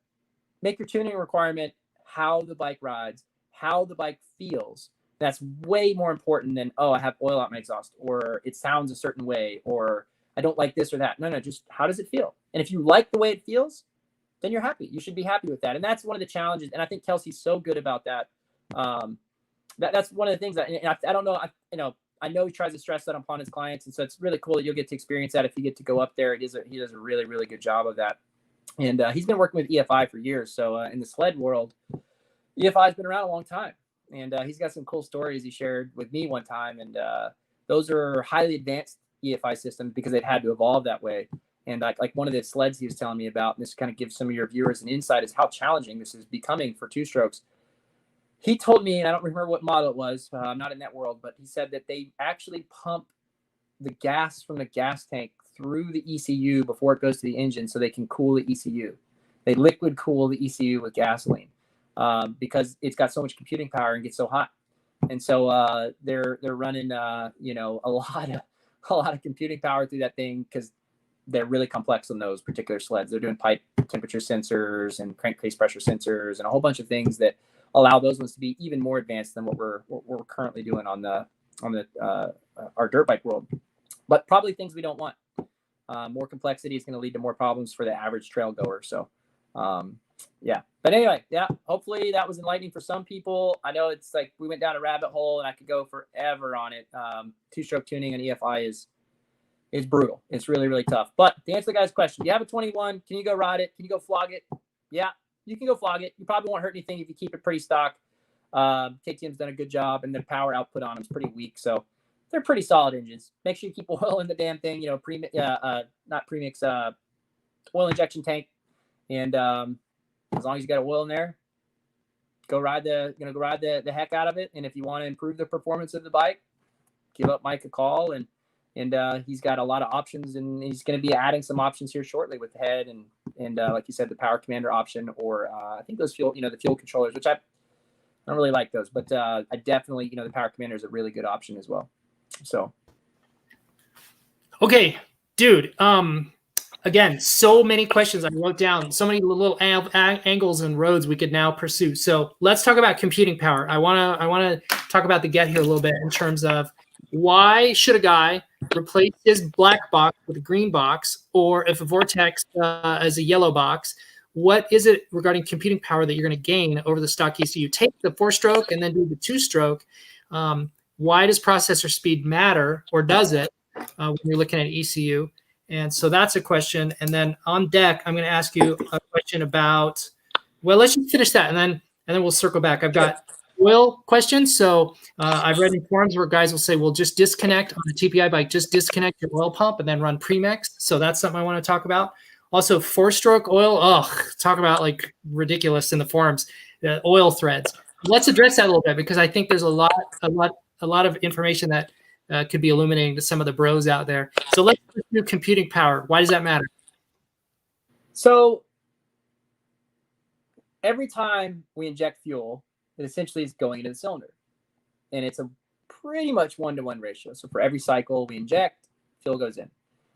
Well, if we miscalculate, then we don't get enough, not enough, but we don't get the correct amount of fuel in. So the faster we can process and the faster we can manage data, the more accurately we can supply fuel for each individual cycle.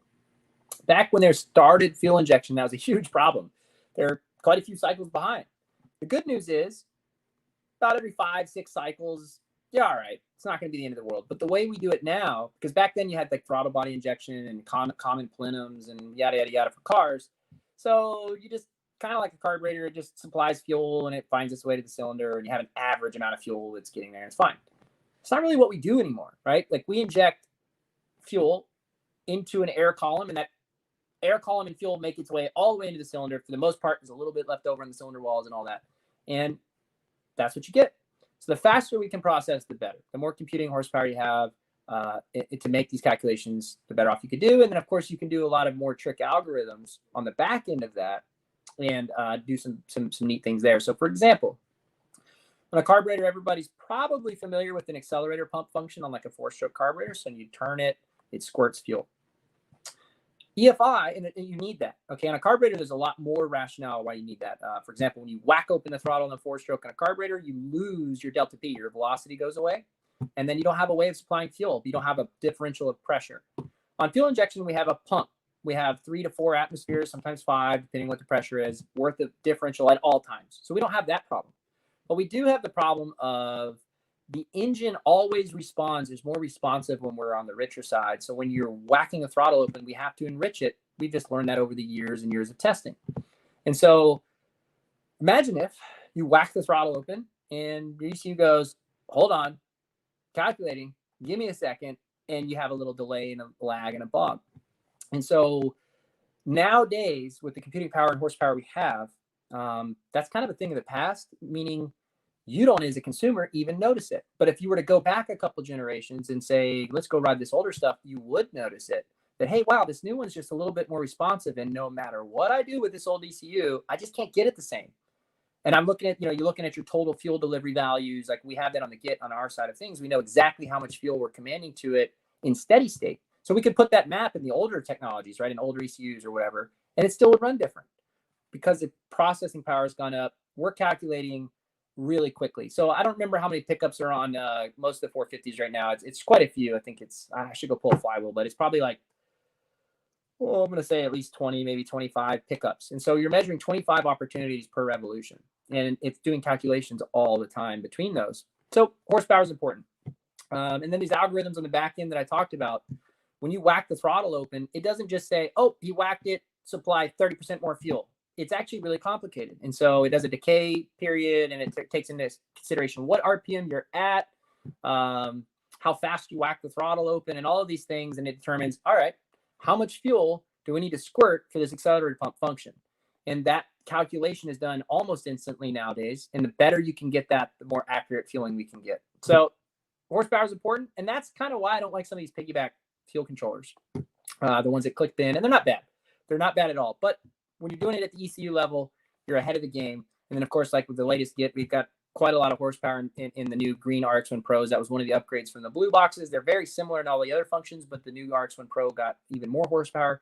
And so that made just overall processing power and calculation time better. And that's something that will forever continue. We'll just the more power you add, like computers, the more cool stuff you're going to do on the back end. And so, for example, most of these manufacturers now are using some form of ignition correction when you whack the throttle. So in addition to a fueling correction, they're doing some ignition things to give you the best throttle response possible. And that's just been a byproduct of adding horsepower. And so that's one thing, that's why. The other things that we could touch on, go ahead with your next question, because I think that was a computing power question. And I'm sure we'll get to this next one. I'm sure it'll come up. So yeah. Well, one of the things that come on board once you get in these higher level processors is you can add things like with the Get system, you can add things like the Wi-Fi module. And so essentially what's happening here is you're using this to sync up with your smart device, so a phone or a tablet. And then you can look at bike data, sensor data coming out soon with the new release of the app, hopefully by the end of the year.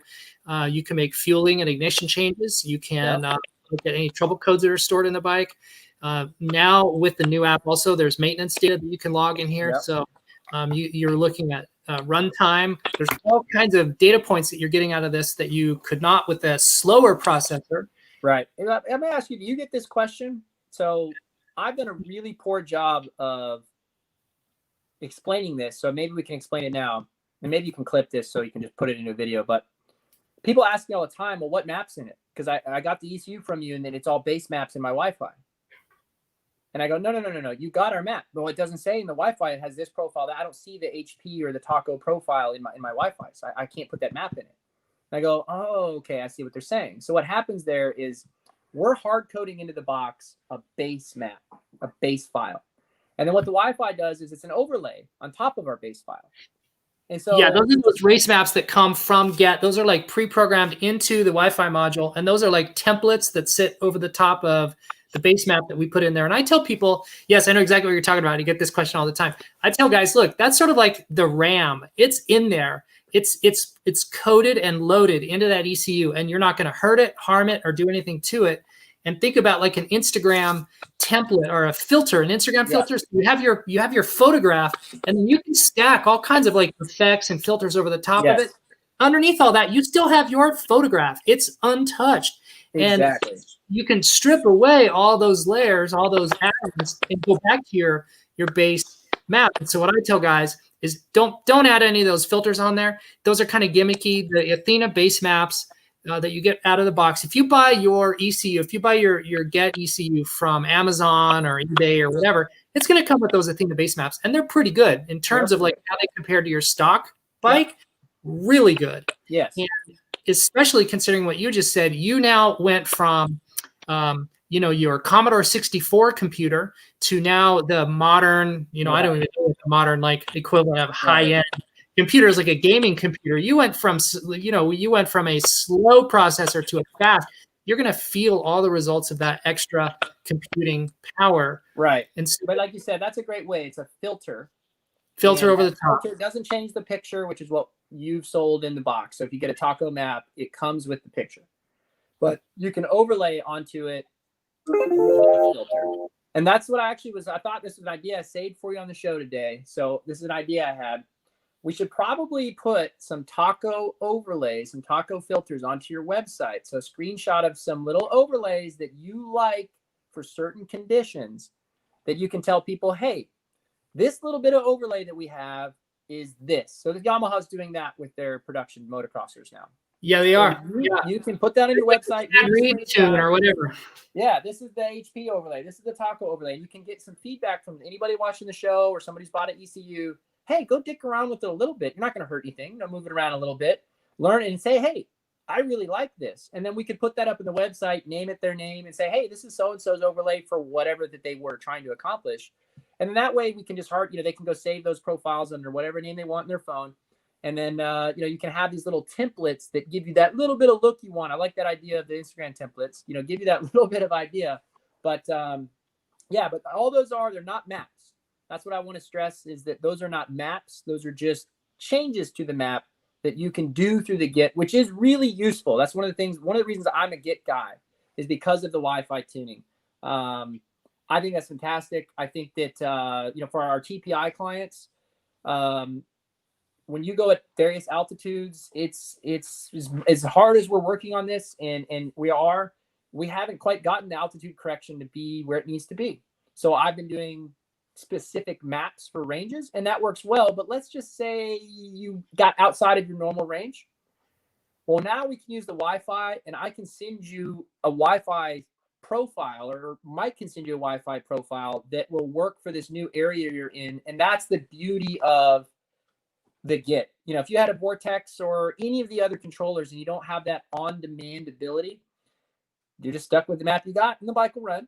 But we definitely can improve that with this Wi-Fi. So I really like that. And then you mentioned the diagnostics and the future live running screens and stuff that will be coming out. And there's a lot that, we're going to be able to do with the Wi-Fi down the road. So it's a really cool concept. Get was first in that years and years ago, and they continue to evolve it. And that, again, I'm a consumer. So I buy boxes the same way other people do, except for my purpose is to make my clients happy. But to make my clients happy, I end up making myself happy. I have to make, the power or whatever I'm chasing. So that's why I'm a Get guy. It just came down to they had really good technology, which transitioned into pull up that little GPA switch you had there. Yeah, exactly. So traction control, GPA. Talk about this. Talk about Supercross. Are they using this? When did this come about, and what's the purpose of it? Yeah, so that's Get Power Assist. And the reason it's named Get Power Assist is because if you read the pro racing rule books back in the day, it said traction control was illegal. So all the big major OEMs were playing around with this a long time ago. And Honda notably rumored to have had this a really long time ago, and maybe why they were so dominant for quite a long time. Honda was a powerhouse of technology. But there's no way for the rule makers to prove it. They don't have that level of technology in motocross and supercross. So, whatever, got written into the rule books, couldn't have it. Git, it's a long story. Git is a division of Athena now, but they started as their own electronics company that got engulfed by Athena. They're really smart guys. They actually have road racing elements in racing. And of course, if you follow road racing, traction control and stuff in MotoGP and all that has been around for a long time.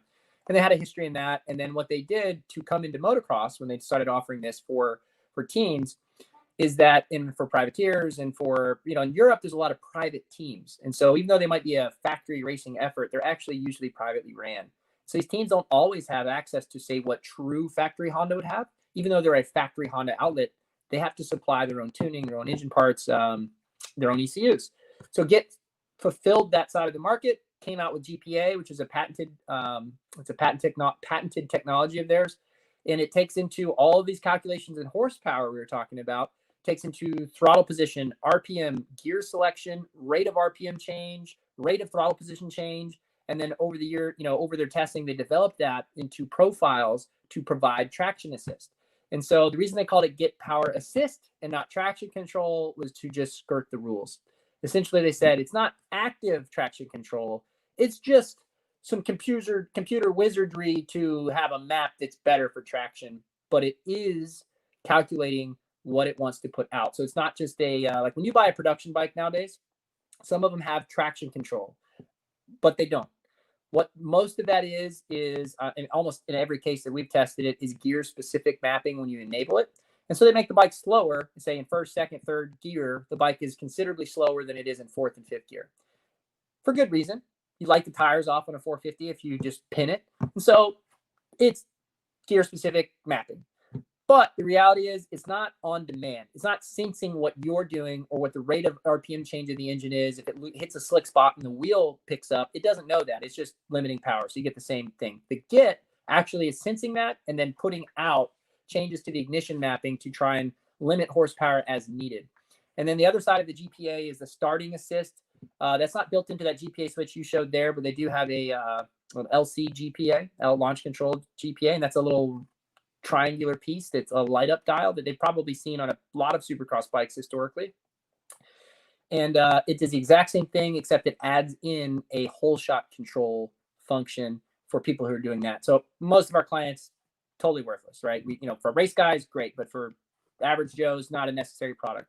But that's what it does. You plug in that loom and it opens up those features of the ECU. And then that little dial you have there determines how powerful or how much assist you get. And so you can have it from being practically none, which is the zero, and then you can turn it all the way up to 10. And I think it's 0 to 9, right? So 10 positions. And when you do that, you're going to get varied levels of intrusion from the ECU based upon its calculations and algorithms. And they have data. If you want to read one of their brochures or go on the website, they can actually show you the data on a track between wheel spin and traction and drive through a corner with the same rider, same corner, same delivery, and what the ECU does. And so it's really, really trick. And I think that I've been impressed. You've sold a lot of these things, but I think you were smart early on. I think you're testing. You went, wow, this works.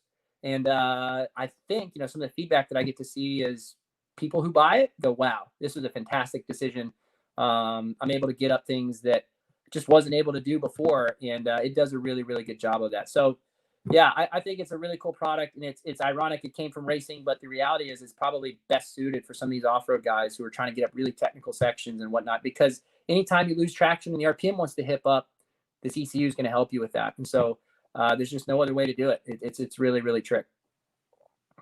All of that, you talked about, this is the kind of the motocross version, and it's got these LEDs in the little wheel here.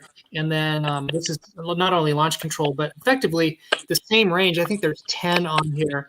And so as you click through mode, the mode button on the handlebars, then you're effectively like changing the lights that turn on, letting you know what traction mode you're in, 1 through 9. It's the same. For all intents and purposes, it's the same thing that this does here. However, I absolutely love this because I mount this bottom. So this is the orientation on the right-hand grip. This is on the bottom. I love to put these on the bottom bolt of the throttle.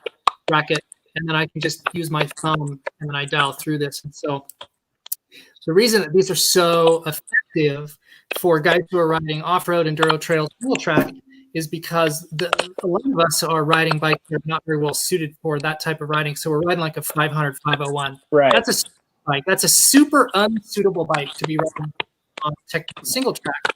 We love to do it anyway, because as soon as it opens up, as soon as the trail opens up, the front end is up in the air, and then we're wheeling it down the road, or if there's a transfer section that we need to, some highway. So I'm strongly of the opinion that like 500, 501 is the best all-around motorcycle there is. Right. And one of the uses is single track. And again, single track and off-road technical. And it's a really stupid bike to be riding in those types of challenging situations. And what the GPA system, the Get Traction Control system, lets me do is dial that in. So I go to map 2, which is our enduro off-road map, and that's got a softer hit, and it's a little more trackable, and refined. And then when I crank in a little traction control, the rear end, it's effectively what happens is I can reduce rider fatigue, because I have to expel a lot. The gyroscopes in my head have to do a lot of mental math subconsciously when I roll on the power on that 500 and the back end starts to walk around like this. My gyroscopes are, kicking in overtime. I'm tensing up. I'm flexing because my body is responding and reacting to being out of balance. I know that and I sense that. And so when that happens, I expend a lot of extra energy maintaining, the forward direction of the bike. And there's a lot of riders out there who are, professional level, who can sense that, feel that. They're very trained, they're very experienced. And as soon as that happens, they know how to modulate the throttle, maybe give it a little clutch, pull away some of the power. They're doing all the right things with their reaction to manage that. There's a whole nother population of riders who are not professional level riders. They don't react. They don't know how to react other than tense up, get arm pump, clench their jaw, tighten all their muscles, maybe sit when they should be standing. So their body is reacting in all the wrong ways. The motorcycle is not doing them any favors. It's fighting them. Yeah. It's I think that the highest level guys obviously process faster than the average guy, right? And then number 2, they have more muscle memory and they have better judgment. They can read the situation better, and all of the factors are more connected with their motorcycle. And unless you're logging the hours and then are one of those elite genetic guys who's just ridiculous at motorcycles, you're just not going to ever quite be at that level. And that's where this little bit of technology really goes a long way to help you close that gap for some of these, just ridiculously talented guys. But don't make no mistake about it. When you watch some, MotoGP, it's all electronics. I mean, I hate to say it because they're all unbelievable riders, the best rider you'll ever meet on the road. But they've gotten to the point where the electronics are doing it all. And so even at the highest levels of racing, motocross, supercross, MotoGP, and World Superbike and all these things, electronics are becoming an increasingly important aspect of how they do things. And, this is just a trickle down technology of that Git has offered to the consumer. And I do think it's, and again, I chose Git because I'm a consumer, but, and I'm not trying to be a Git salesman here. Again, you can get a lot of things done with Power Commander. You can get a lot of things done with a fuel controller. And a lot of people don't even need anything, right? If you're just watching the show to learn something about your bike, cool.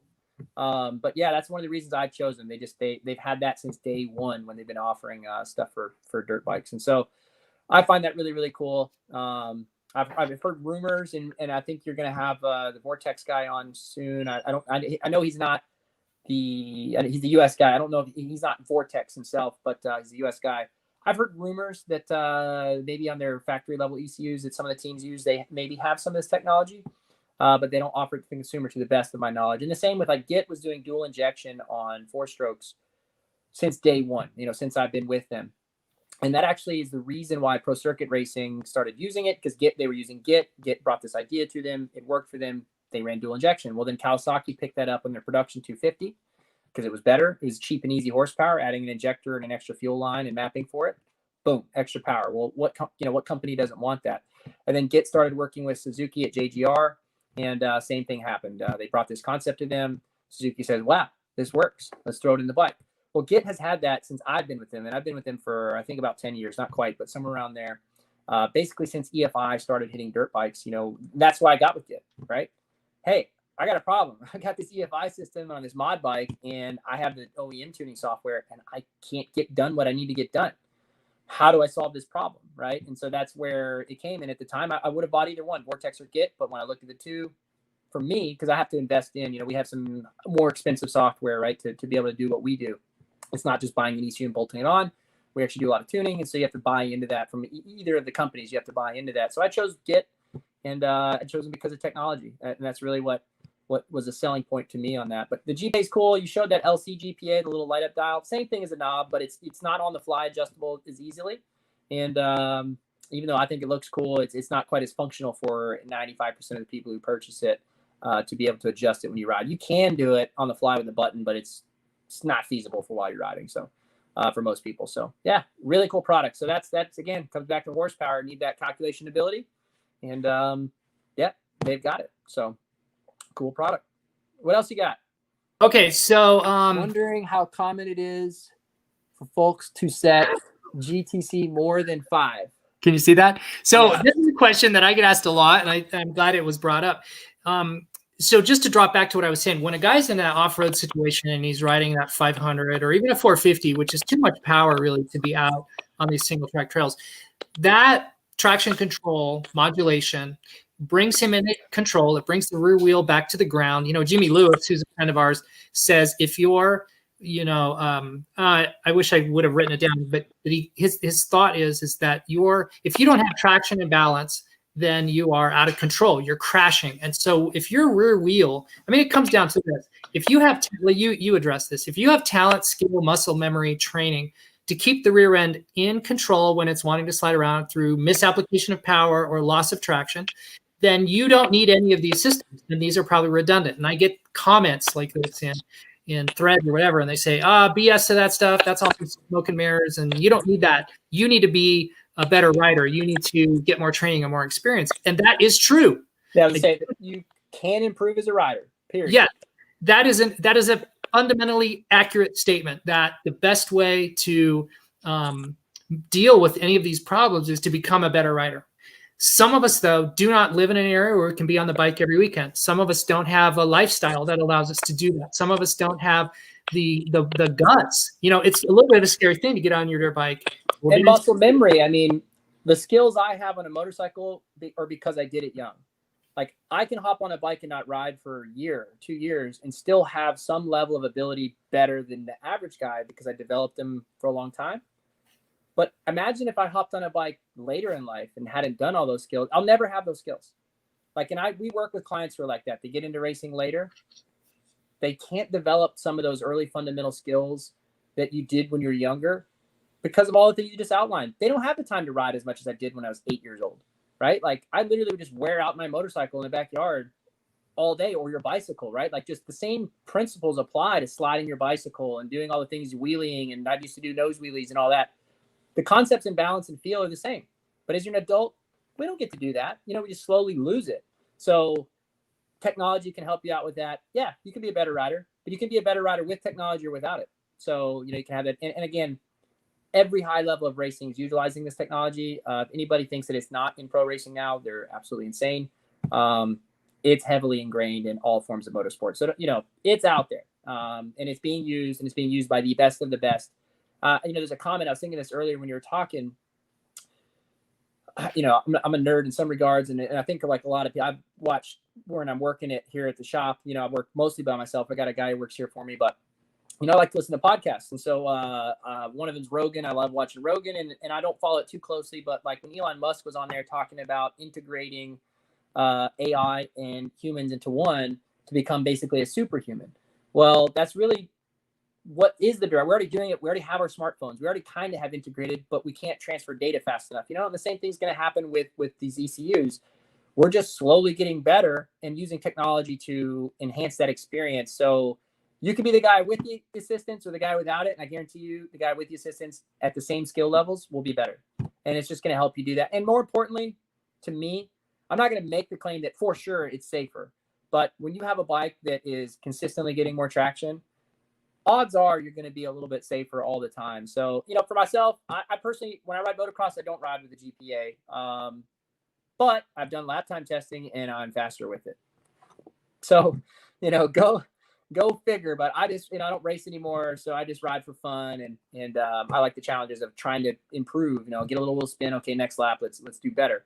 But yeah, I don't ride with it. But at the same time, I have done back-to-back testing multiple occasions. I'm faster with it. So, it works. There's no doubt about it. So to your point, now I've never raced motocross. I've never been on a motocross track. That's not really my thing. It doesn't call to me. I didn't grow up doing that. I grew up here in Vegas in deserts. And so for me, wide open desert racing, the Mint 400 was here. There was a whole series of races that was put on back in the day by a race series. And my dad, that's funny you were talking about your dad. My dad he was not a engineer. However, he was a radar technician in the Air Force stationed in Alaska. And so during the Korean War, he was in a little bunker, turning dials and the knobs, trying to get the signals. Yeah. He could relay. Basically what he was doing as a radar tech was receiving a signal and making sure he could re-amplify that and rebroadcast to the next station. Right. And depending on weather and temperature and all those variables, they might have to go up and then manipulate the dish. They might have to manipulate the amplitude, power, all the gain, so many variables went into like tuning and optimizing that radar signal. And when I was a kid, my dad started a business. He worked for RCA, and he started a business. The teletype machines. Do you know what a teletype is? Nope. Too young for that. Yeah. So this was essentially two-way communication between two devices, and you would type. It was fascinating. We had these in my house when I was a kid. It was a mechanic. It was a brick. It was a mechanical computer. Now, it didn't do its own computing per se. It was just, think of it as a typewriter. Right. You would type on your side. That data would transmit over to the other guy's machine and would print that out. And then you would have this conversation back and forth in it wasn't quite real time. There was the lag. Close. Yeah. Okay, so let's just say in real time, you would type and somebody at their end would type. And it was a more sophisticated telegraph, and it would transmit over POTS copper lines, telephone lines. So it was pre-modem, it was pre-internet, it was pre-everything, but it was post-telegraph. So it was just sort of like this consumer version of two-way direct typed communication. And my dad worked for RCA, and he had a service area. It's a weird tangent, but I'm going to continue because I like talking about this. You can just click ahead if this is boring to you in the YouTube. And he would go to these remote locations, mainly radio stations. That was the client base they had. And he would fix these teletype machines. And he developed ways to optimize the little pins and the rods. And I remember in our house and the work in his machine shop, and he would machine these and do all kinds of things to optimize them. And so as I grew up in a house with a dad who implemented in me this concept of, you can go and buy a thing. And there was a whole engineering department that came out with this thing, this box, whatever it is. The engineering department made a thing, and here it is for sale. And as a consumer or a user, you can be handed this thing, and you're probably going to be very satisfied with it because they wanted to give you an experience with this box, whatever it is. But there were so many competing issues. It was the issue of price. Where are we going to final price? Okay, so that's a metric. And then how big, how much power is this going to use? How long will it take? How do we market it? What does it look like? What's its durability cycle? How long will it last? How much repair does it need? What are these components? What are the replaceable components? So many decisions go into the thing that you buy from your vendor and you're going to use, you're going to operate. And the analogy I'm trying to my weird thought process here, I'm trying to extrapolate 8 or 9 different things together into this motorcycle. So when you buy your motorcycle, you go to the dealership and you buy this box, this product, this end good. So many decisions and compromises went into delivering this final product to you. And for a lot of us, it's absolutely good enough. In fact, it exceeds the performance, the usability of almost, the vast majority of the people who are going to sit on that motorcycle. That bone stock motorcycle exceeds their ability to manage, control, optimize so many of those variables of that stock machine. However, there's some of us who either we have a screw loose, we want the most power performance, but some of us just also want to optimize its capabilities and to ensure that it is, we're going to increase its durability if we get the fuel right and the airflow right. So intake and exhaust mods and fuel mods. But as you know, we've just been kind of looping around this GPA thing. Right. If we have the ability to make sure that our bike is working for us, you're a suspension tuner as well. If your suspension is right, you're fatigued less. Your energy management goes up because you're conserving energy. Your confidence level goes up. All of those, sort of like mental data points that are happening as you try to like control this beast. Those things are all improved. Now we add traction control. That's improved. In the comments here, I see somebody. I'm gonna click this one off because I think it goes along with what we're talking about. I'll answer that real quick. How many people run it over 5? I don't know. How many people need the extra assistance, right? It's not very intrusive. So to backtrack on GPA, it's not very intrusive if you don't spin the tire very often. So it comes down to your riding style a little bit. If you're really aggressive with the throttle and you don't like what you get out of that, well, turn it up. If you're very, very moderated with your throttle and you're very controlled by nature, you won't notice or need as much GPA, right? It's not going to be as necessary. For motocross, if I put it on level 10, the bike feels slower, and it probably around the crossover point is a little bit slower. It's too intrusive. Some wheel spin is good. You couldn't flat track without wheel spin, right? So you would need it. Now, granted, the GPA would still let you flat track. It's complicated, but it would still let you do that. But nevertheless, that's going to come down to your needs, and that's the beauty of that turning dial. You can just dial in what works for you in your situation and change it on the go. So that's something else that's really nice. If you've just learned over time that, hey, I really like a lot of intrusiveness, you don't notice when I say intrusiveness, I mean, it actually is doing something. You probably never notice it other than you're getting point A to B and you're like, wow, that was easy. But let's say it's slick and it's rocky and you're going up the hill climb and you need it, crank it up. And then you get on the highway and you're like, all right, I don't want perfect traction and I'm just going down the road. Well, you can turn it down or whatever you want. But so to answer that guy's question, just wipe it off. If he can, if he decides to find that section, good. If not, maybe the next guy got some info on that one. So what's the next one you got? Okay, I want to finish out. Yeah, on your thought process. Continue on that one real quick. Well, I think I was just maybe what you had said about being a motocross guy made me think about the fact that I'm a desert guy. Right. I always grew up in the desert, riding in the desert. And so it's a different environment. And when we ride these big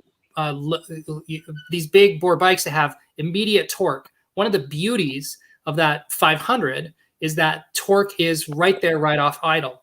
And it's dangerous sometimes. Guys get themselves into trouble when they do a little whiskey throttle right off of, basically like closed throttle on a rock scramble or some sort of technical situation. And things like, and here's a question I just posted, is it better to have the get traction option on a 500 or just add the rec loose? And let me finish my thought, and then I want to hear what you have to say about this. And then I have 2 other questions. So maybe in summary, as we get like an hour and 50 minutes, wow, it doesn't, Derek, it does not feel like we've been talking that long. But let's sort of like start to close this thing down.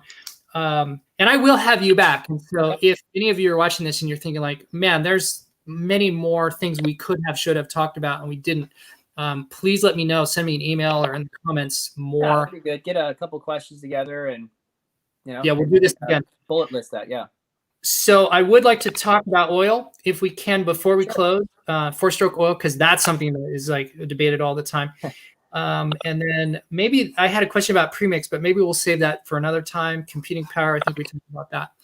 My ideal setup on my 500 right now, after a lot of testing, a lot of refinement, I have 3 key things that I have as a must do when I take my 500 out on some of these enduro type rides. Like for example, I'm going to do the Idaho routes, which is it's in Idaho, and I'm going to ride from the border of Nevada and Idaho to the Canadian border. And is so, family friendly or? How's that family friendly for that ride? Is the show family friendly or? What are you talking about? Idaho. Yeah. Okay. Or what are we? No. So Idaho. Sorry, I should have been a little more clear. So no, I get it. I'm just making a joke of the name of it. I think it's funny. All right, you're getting punchy. Okay. So this ride is technical to the extreme. Like this is This is just gnar. It's balls out nuts, gnarly. And I'm going to take this 500, which is potentially super unsuitable for for some of these situations. But there are three key things that I do to my bike, and any bike, any of the 500s that I'm going to take out. Suspension, absolutely a must. Sprung right and then valve correctly for comfort and traction and safety, really. Yeah, and then a must. And then a Recluse CX, and then the Athena system with the traction control. Those three things are almost, to me now, mandatory when I go out and I ride my bike in these situations. And a lot of guys will hear that and they'll say, those are all just crutches and aids. You don't need any of those. You should have more talent. You should be a better rider. You don't need those assistants. And to that I say, well, once upon a time, the P-51 was the most technologically advanced aircraft in the world and the highest performance. And it was insane how good of a machine that was. And it operated on levers and cables and pulleys. And it exploited that technology to its zenith. Like the P-50, arguably, and this is open for debate, but arguably, let's say the P-51 was the zenith of what you could do with a piston-powered engine, with fabric on the wings and pulleys and cables. And then somebody came along and said, what if we put a microprocessor in the next generation of aircraft? And that evolution has continued to evolve until what we have now today. And the performance characteristics of a P-51 versus, let's say, I don't know, the F-22, the stealth fighter, or whatever the airplane is now, that is, the go-to military aircraft. What is the thread that connects those two besides air, the airfoil and the frame and all of those? It is processing power. It's the microchip. Those improvements and advancements have taken us from the P-51 to like the F-22. Right. That's the difference. And so to those guys who say, well, you just need to be a better rider, okay, fair enough. That's valid. But that would be like saying to the guy in the F-22, yeah, if you flew the P-51, like real men fly P-51s. They don't fly, computer-controlled airplanes. Right. That's a debate that I think is foolish. That's just silly talk. Yeah, I mean, it's all right. Well, are you going to go out and ride a 1978 Elsinore? Yeah, there you go. Like you should go on and ride a Bultaco. How do you say that? Go ride a Bultaco or whatever. Like, I guarantee you, I'll take a really good rider and put him on one of those, and then I'll take a totally average rider and put him on a modern bike without all the technology we're talking about now, and the modern rider will kill him because the bike is so much better. Right? I mean, it's just got suspension. Wow, amazing. Like, the Bultaco literally had, 3 inches of travel. And I've ridden some old vintage bikes, and I'll never forget, I rode this Works bike. I mean, literally, there's a client in the area, and it's a Works bike. And I was riding modern bikes all day, and there's this little tiny baby jump, and you land and you come into a corner. And so I've been hitting that all day. I get on this Works bike, and it was actually pretty fast for what it was. It was a 125, or it was blown away how fast the motor was. I think it was like early 80s. I landed this jump and nearly blew my wrists apart. And hands came off the bar. And of course, this is like this pristine motorcycle that I cannot crash. So thankfully I saved it. And I had landed, and then there's like little braking bumps coming into the corner that I didn't even know existed on all the other bikes I'd ridden that day. And I rode some other vintage bikes that day too. But I mean, there wasn't enough suspension travel to hit a little 3 1/4 inch bump that I literally didn't know existed on any other bikes that day. And on that bike, right, going 10 miles an hour slower than I could go on the modern bikes just because the motor and all that, I nearly killed myself. And so obviously there's a progression in the bike. And that progression from the manufacturers is actually generally following the aftermarket just a little bit behind, right? Like this, whatever bike you buy today is 4 years old. And that's just how the production cycle works. So, it was conceptualized and developed and production planned, and production was started, and probably about 4 years ago when they decided this is what we're going to build. So anything we come up with that improves and moves the benchmark forward in those 4 years, well, that kind of makes it to the next model. And electronics is part of that. You're seeing that on production bikes now that have traction control, even though it's not like we said, but it's coming. 2 maps stock. That didn't exist a couple of years ago, but now it's stock. Map selector switches that you can purchase from KTM sometimes. Some of their bikes do that. All of these things are coming. And so we just kind of have a little bit of a leg up in the aftermarket to be able to, like you said, modify what we have, make it more suitable for our needs, more fun, more enjoyable, there's nothing less enjoyable than pushing your bike up a trail or something. If you can ride it up, that's a lot more fun. It's a cool story. You have to walk it, but it's certainly in the time, and I've done it, not very much fun. So yeah, I agree. I mean, whatever works best. Recluse, they work great if you like that, right? I mean, they work great, but they're not traction control. They act in a similar manner in some situations, but at the end of the day, they're not traction control. So, you know, they all have their own purpose and their own use. And yeah, I totally agree with you. We just have an evolution of airplane. We have an evolution of motorcycle, and the aftermarket kind of drives that evolution, in my opinion. That's really what we do. We make things better, and then the manufacturers respond and check in on that. And of course, they're really smart. So some of this stuff they probably already knew. But yeah, that you know, racing is the reason these manufacturers have race teams in anything, Dakar, Baja, motocross, road racing, is it's the R&D arm of their company. That's how they learn. They challenge themselves against other smart people, and in that process, they learn. So yeah, whatever we can do to, you know, to make these things better, I totally agree. What were you talking about on the oil question? Yeah, I don't know if we should save that as a teaser for another conversation, because I'm looking at this running clock up here. I'm 2 hours into this, and probably need to go to the bathroom, and I bet a couple other guys do, although they're probably working in their shop while they're like watching this. So they're having a better time than we are just sitting here. I'm scanning the questions here to see if there's anything. Let's wrap up with just maybe like hitting a couple of these. Hit a couple quick ones. We'll just gunfire it. What you got? Yeah, so I bought my Get from you 18 months ago. Have you improved the maps for the FE450? You know, maps can be continually refined, just like we talked about earlier, as far as like, can you map it more specifically to better fuels, different fuels? So there are some of those like fine-tuned tweaks, but generally, once a good map, once Derek talk about this, but once a good map is developed for standard fuels, you know, pump gas, unless you're making specific mechanical mods, you're pretty well set with what you got. Pretty well set. And if a client has something that they've figured out in the Wi-Fi they like better, so you're like, look, this is better, email us, send us the Wi-Fi chart, you know, send Mike the Wi-Fi chart. And what we can do then is we'll base code that into the map. And then you send it back, and then you can zero out your Wi-Fi again. And then you can, again, tweak if you wanted to. But for the most part, once I've said, okay, I think this map is good, I think it's pretty good. Every once in a while, we run into some new issues, or we have like a hard code update from Git for some issues. So I don't know how, you know, I didn't know if we want to get into it, but recently in the 500s, we had these just really random issues that were really just making us pull our hair out, and we just couldn't solve it. And yeah, hey, let me bump into that. In fact, there's a guy who I've reached out to, a YouTube guy who made a video of that, where his bike would stumble, fall, and then shut off. Yeah. And so there's a lot of people that I've had to do some education, and they've been a little gun shy, saying, I don't think I want to get a Get ECU because I've seen this video. It's been making the rounds, and this bike under high load, high throttle angles shuts off. So I'm going to let you continue on. I just wanted to throw that in as a bit of backstory.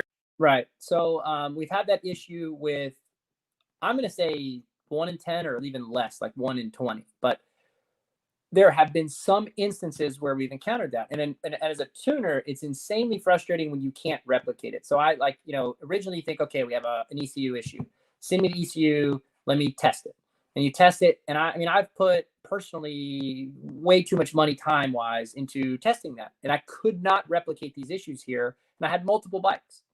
And so the issue gets passed around, and again, we sell a lot of ECUs. There's only a couple of them out there, but anytime you have a problem and you want it solved, well, you go to the internet, right? Very, very few people go online if they don't have a problem. So the only ones you're going to hear about, of course, are people who've had a problem. And again, we couldn't replicate it. It wasn't specifically an ECU issue, because we could take ECUs that did this and then they ran fine. And so it wasn't a mapping issue. Obviously they ran fine, and we did some data there, and the air fuels and the ignition timings and all that are correct. Finally, we were able to get a bike that did it. And this was actually through Git USA. He managed to get a bike that would do it. He was able to replicate the issue. And then I actually own this stuff too. And they have some really trick data acquisition stuff. It's really expensive. I mean, just brutal. But you're able to data log everything you could imagine. And so we started data logging, and then passed that down to the engineers in Italy.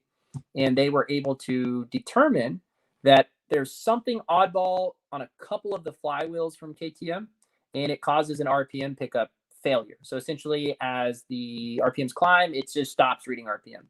And it was unique to just a couple bikes, but luckily the issue is resolvable in an application update. So basically reflashing the ECU, a hard code though, like a total reflash, not a Wi-Fi flash, and we're able to solve that issue. And moving forward, we learned something. Hopefully, when years ago, there's been issues like this randomly on random bikes, right? Like we had issues with, I won't even name the manufacturer because I don't want people to feel bad about it. But another brand of bike, you'd have two of them side by side, plug the get in on one bike, fire up and run great. Plug it in the other bike, wouldn't even start. And of course, doing some testing and some reading, and this is all the way at the highest of levels of racing in Supercross on a particular individual, actually. Hey, calling the manufacturer. What is going on here? Are there differences midway through the year? Are there production updates? And initially Honda said no, or excuse me, I just letting you know, but no, nothing different.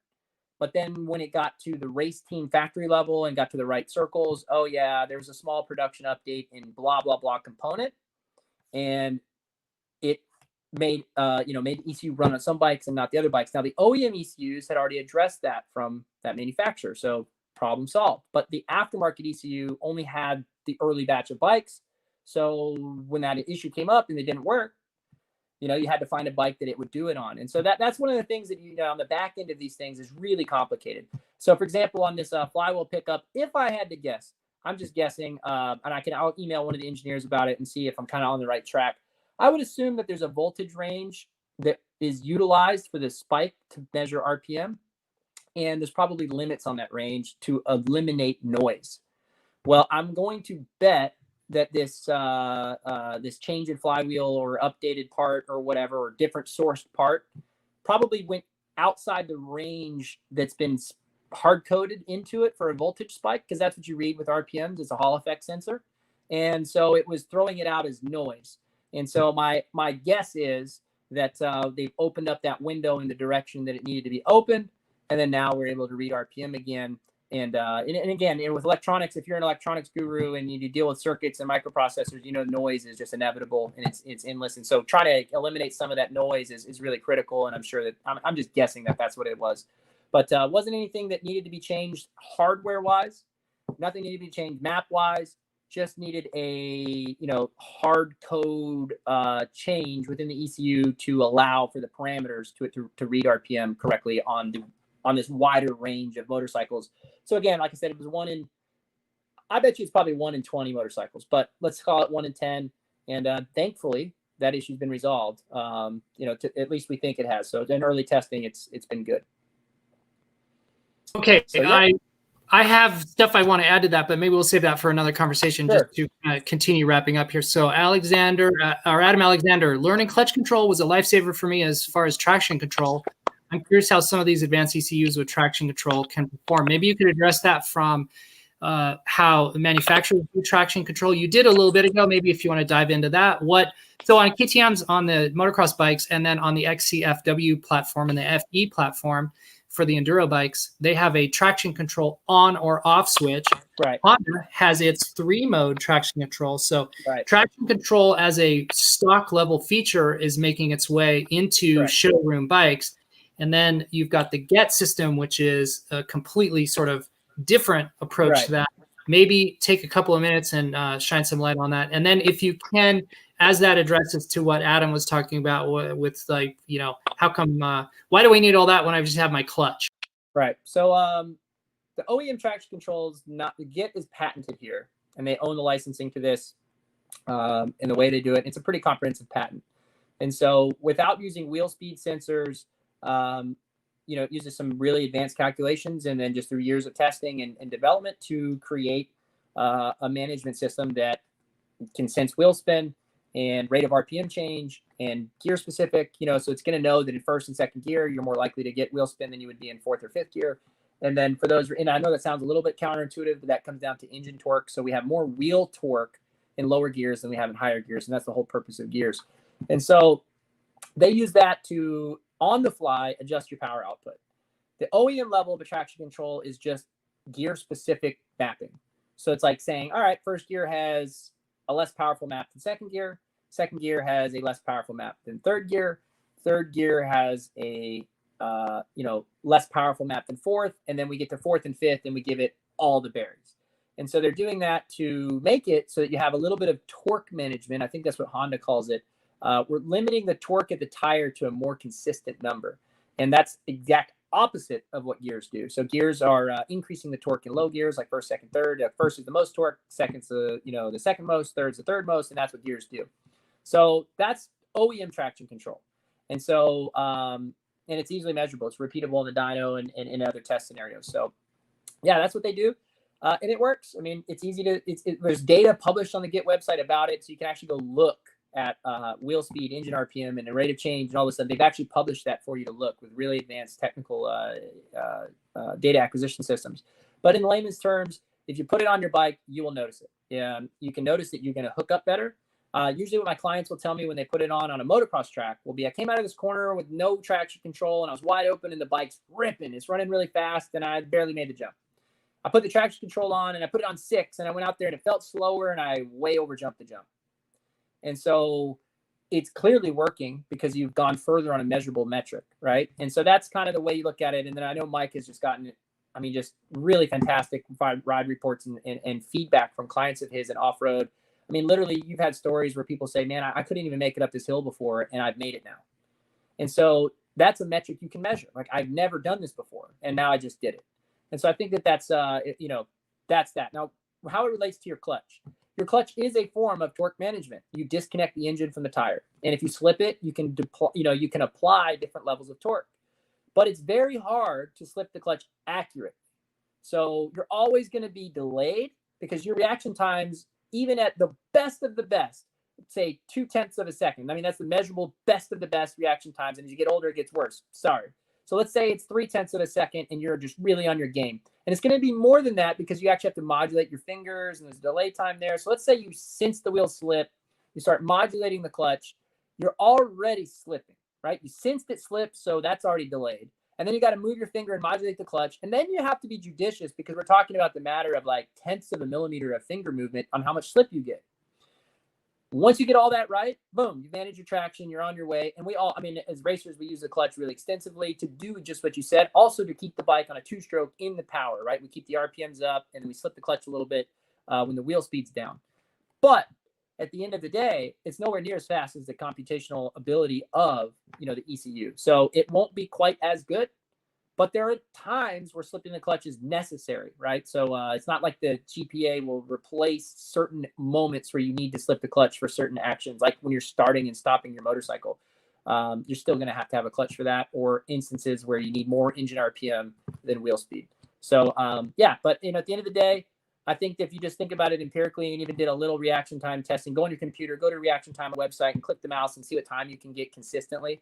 That's the delay time before your brain can even think to modulate your finger. And if you really break that down into like when you're riding, you're already going to be past the section that's slipping.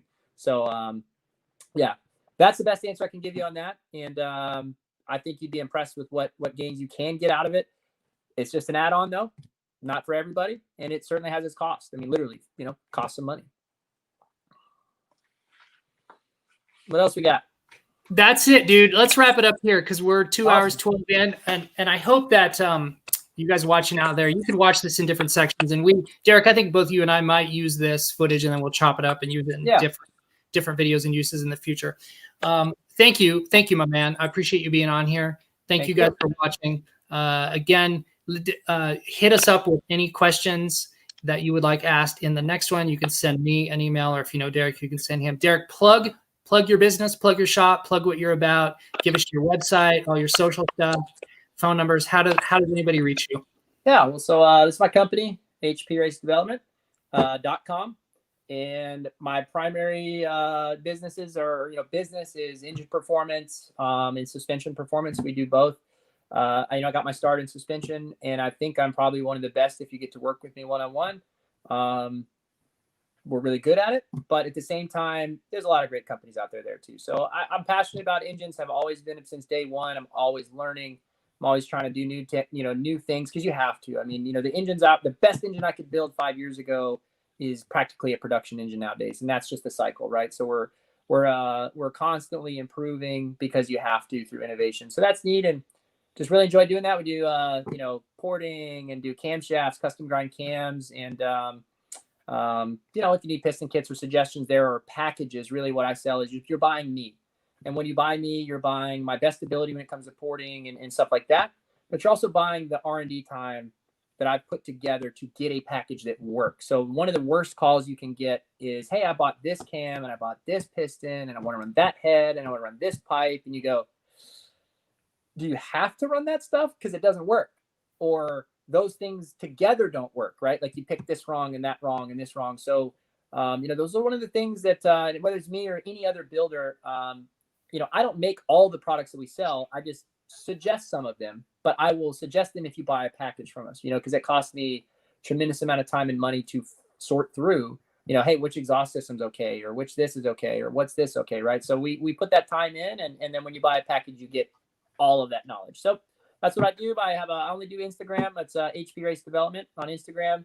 I think I have a Facebook, but I'm never on it. And really, really appreciate you having me on the show. And I'm sorry for some of the long-winded answers, but hopefully maybe some people can throw together some emails and some questions to you, and then I'll just knock them out as quick as we can in a future show. And I really appreciate it. And I'm excited to watch some of your other shows and excited to see the Vortex guy. And that was a cool show you had with the headlights and really, really cool stuff. Yeah. Thanks, man. Derek is playing at a level that a lot of the other guys, maybe they'll get there. Like if guys put in the work and the time and the intelligence, they'll get to where Derek is. So if you're building a motor, if you want to optimize what you've got, this is the guy you want to talk to. He's also got a little YouTube channel. I was watching some of your stuff today. I'll have some more coming up. Just fine. I just started it this year. So actually, believe it or not, this is my porting office. So if you look that way, that's where I do all my grinding. And I got cylinders everywhere right now. But just finished this up today. RMZ 250 that I got some videos on going on right now. So we got it all back together. I got all my port work done. Got some really cool cams that I think are going to be best in the industry right now. Custom valve spring kit I put together to make it all work. And I got a piston going in. So that bike is going to be on the dyno this week, I think. So I'm excited about that. And we'll also be throwing a get on it. So check back on the YouTube for that. I've got some really cool stuff coming. We're going to even show, if they want to get a teaser on it, single injector versus dual injection. So because we have the ability to control that in the get, and the bike already has 2 injectors, we're going to show that. Show the difference as in terms of like power, engine temperatures, all those variables switching between 1 and 2. Yeah.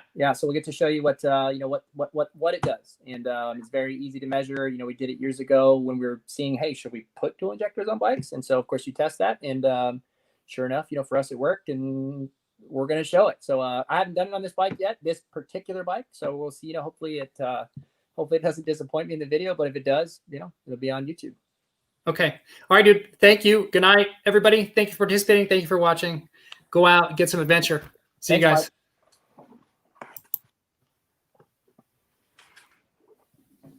Mike.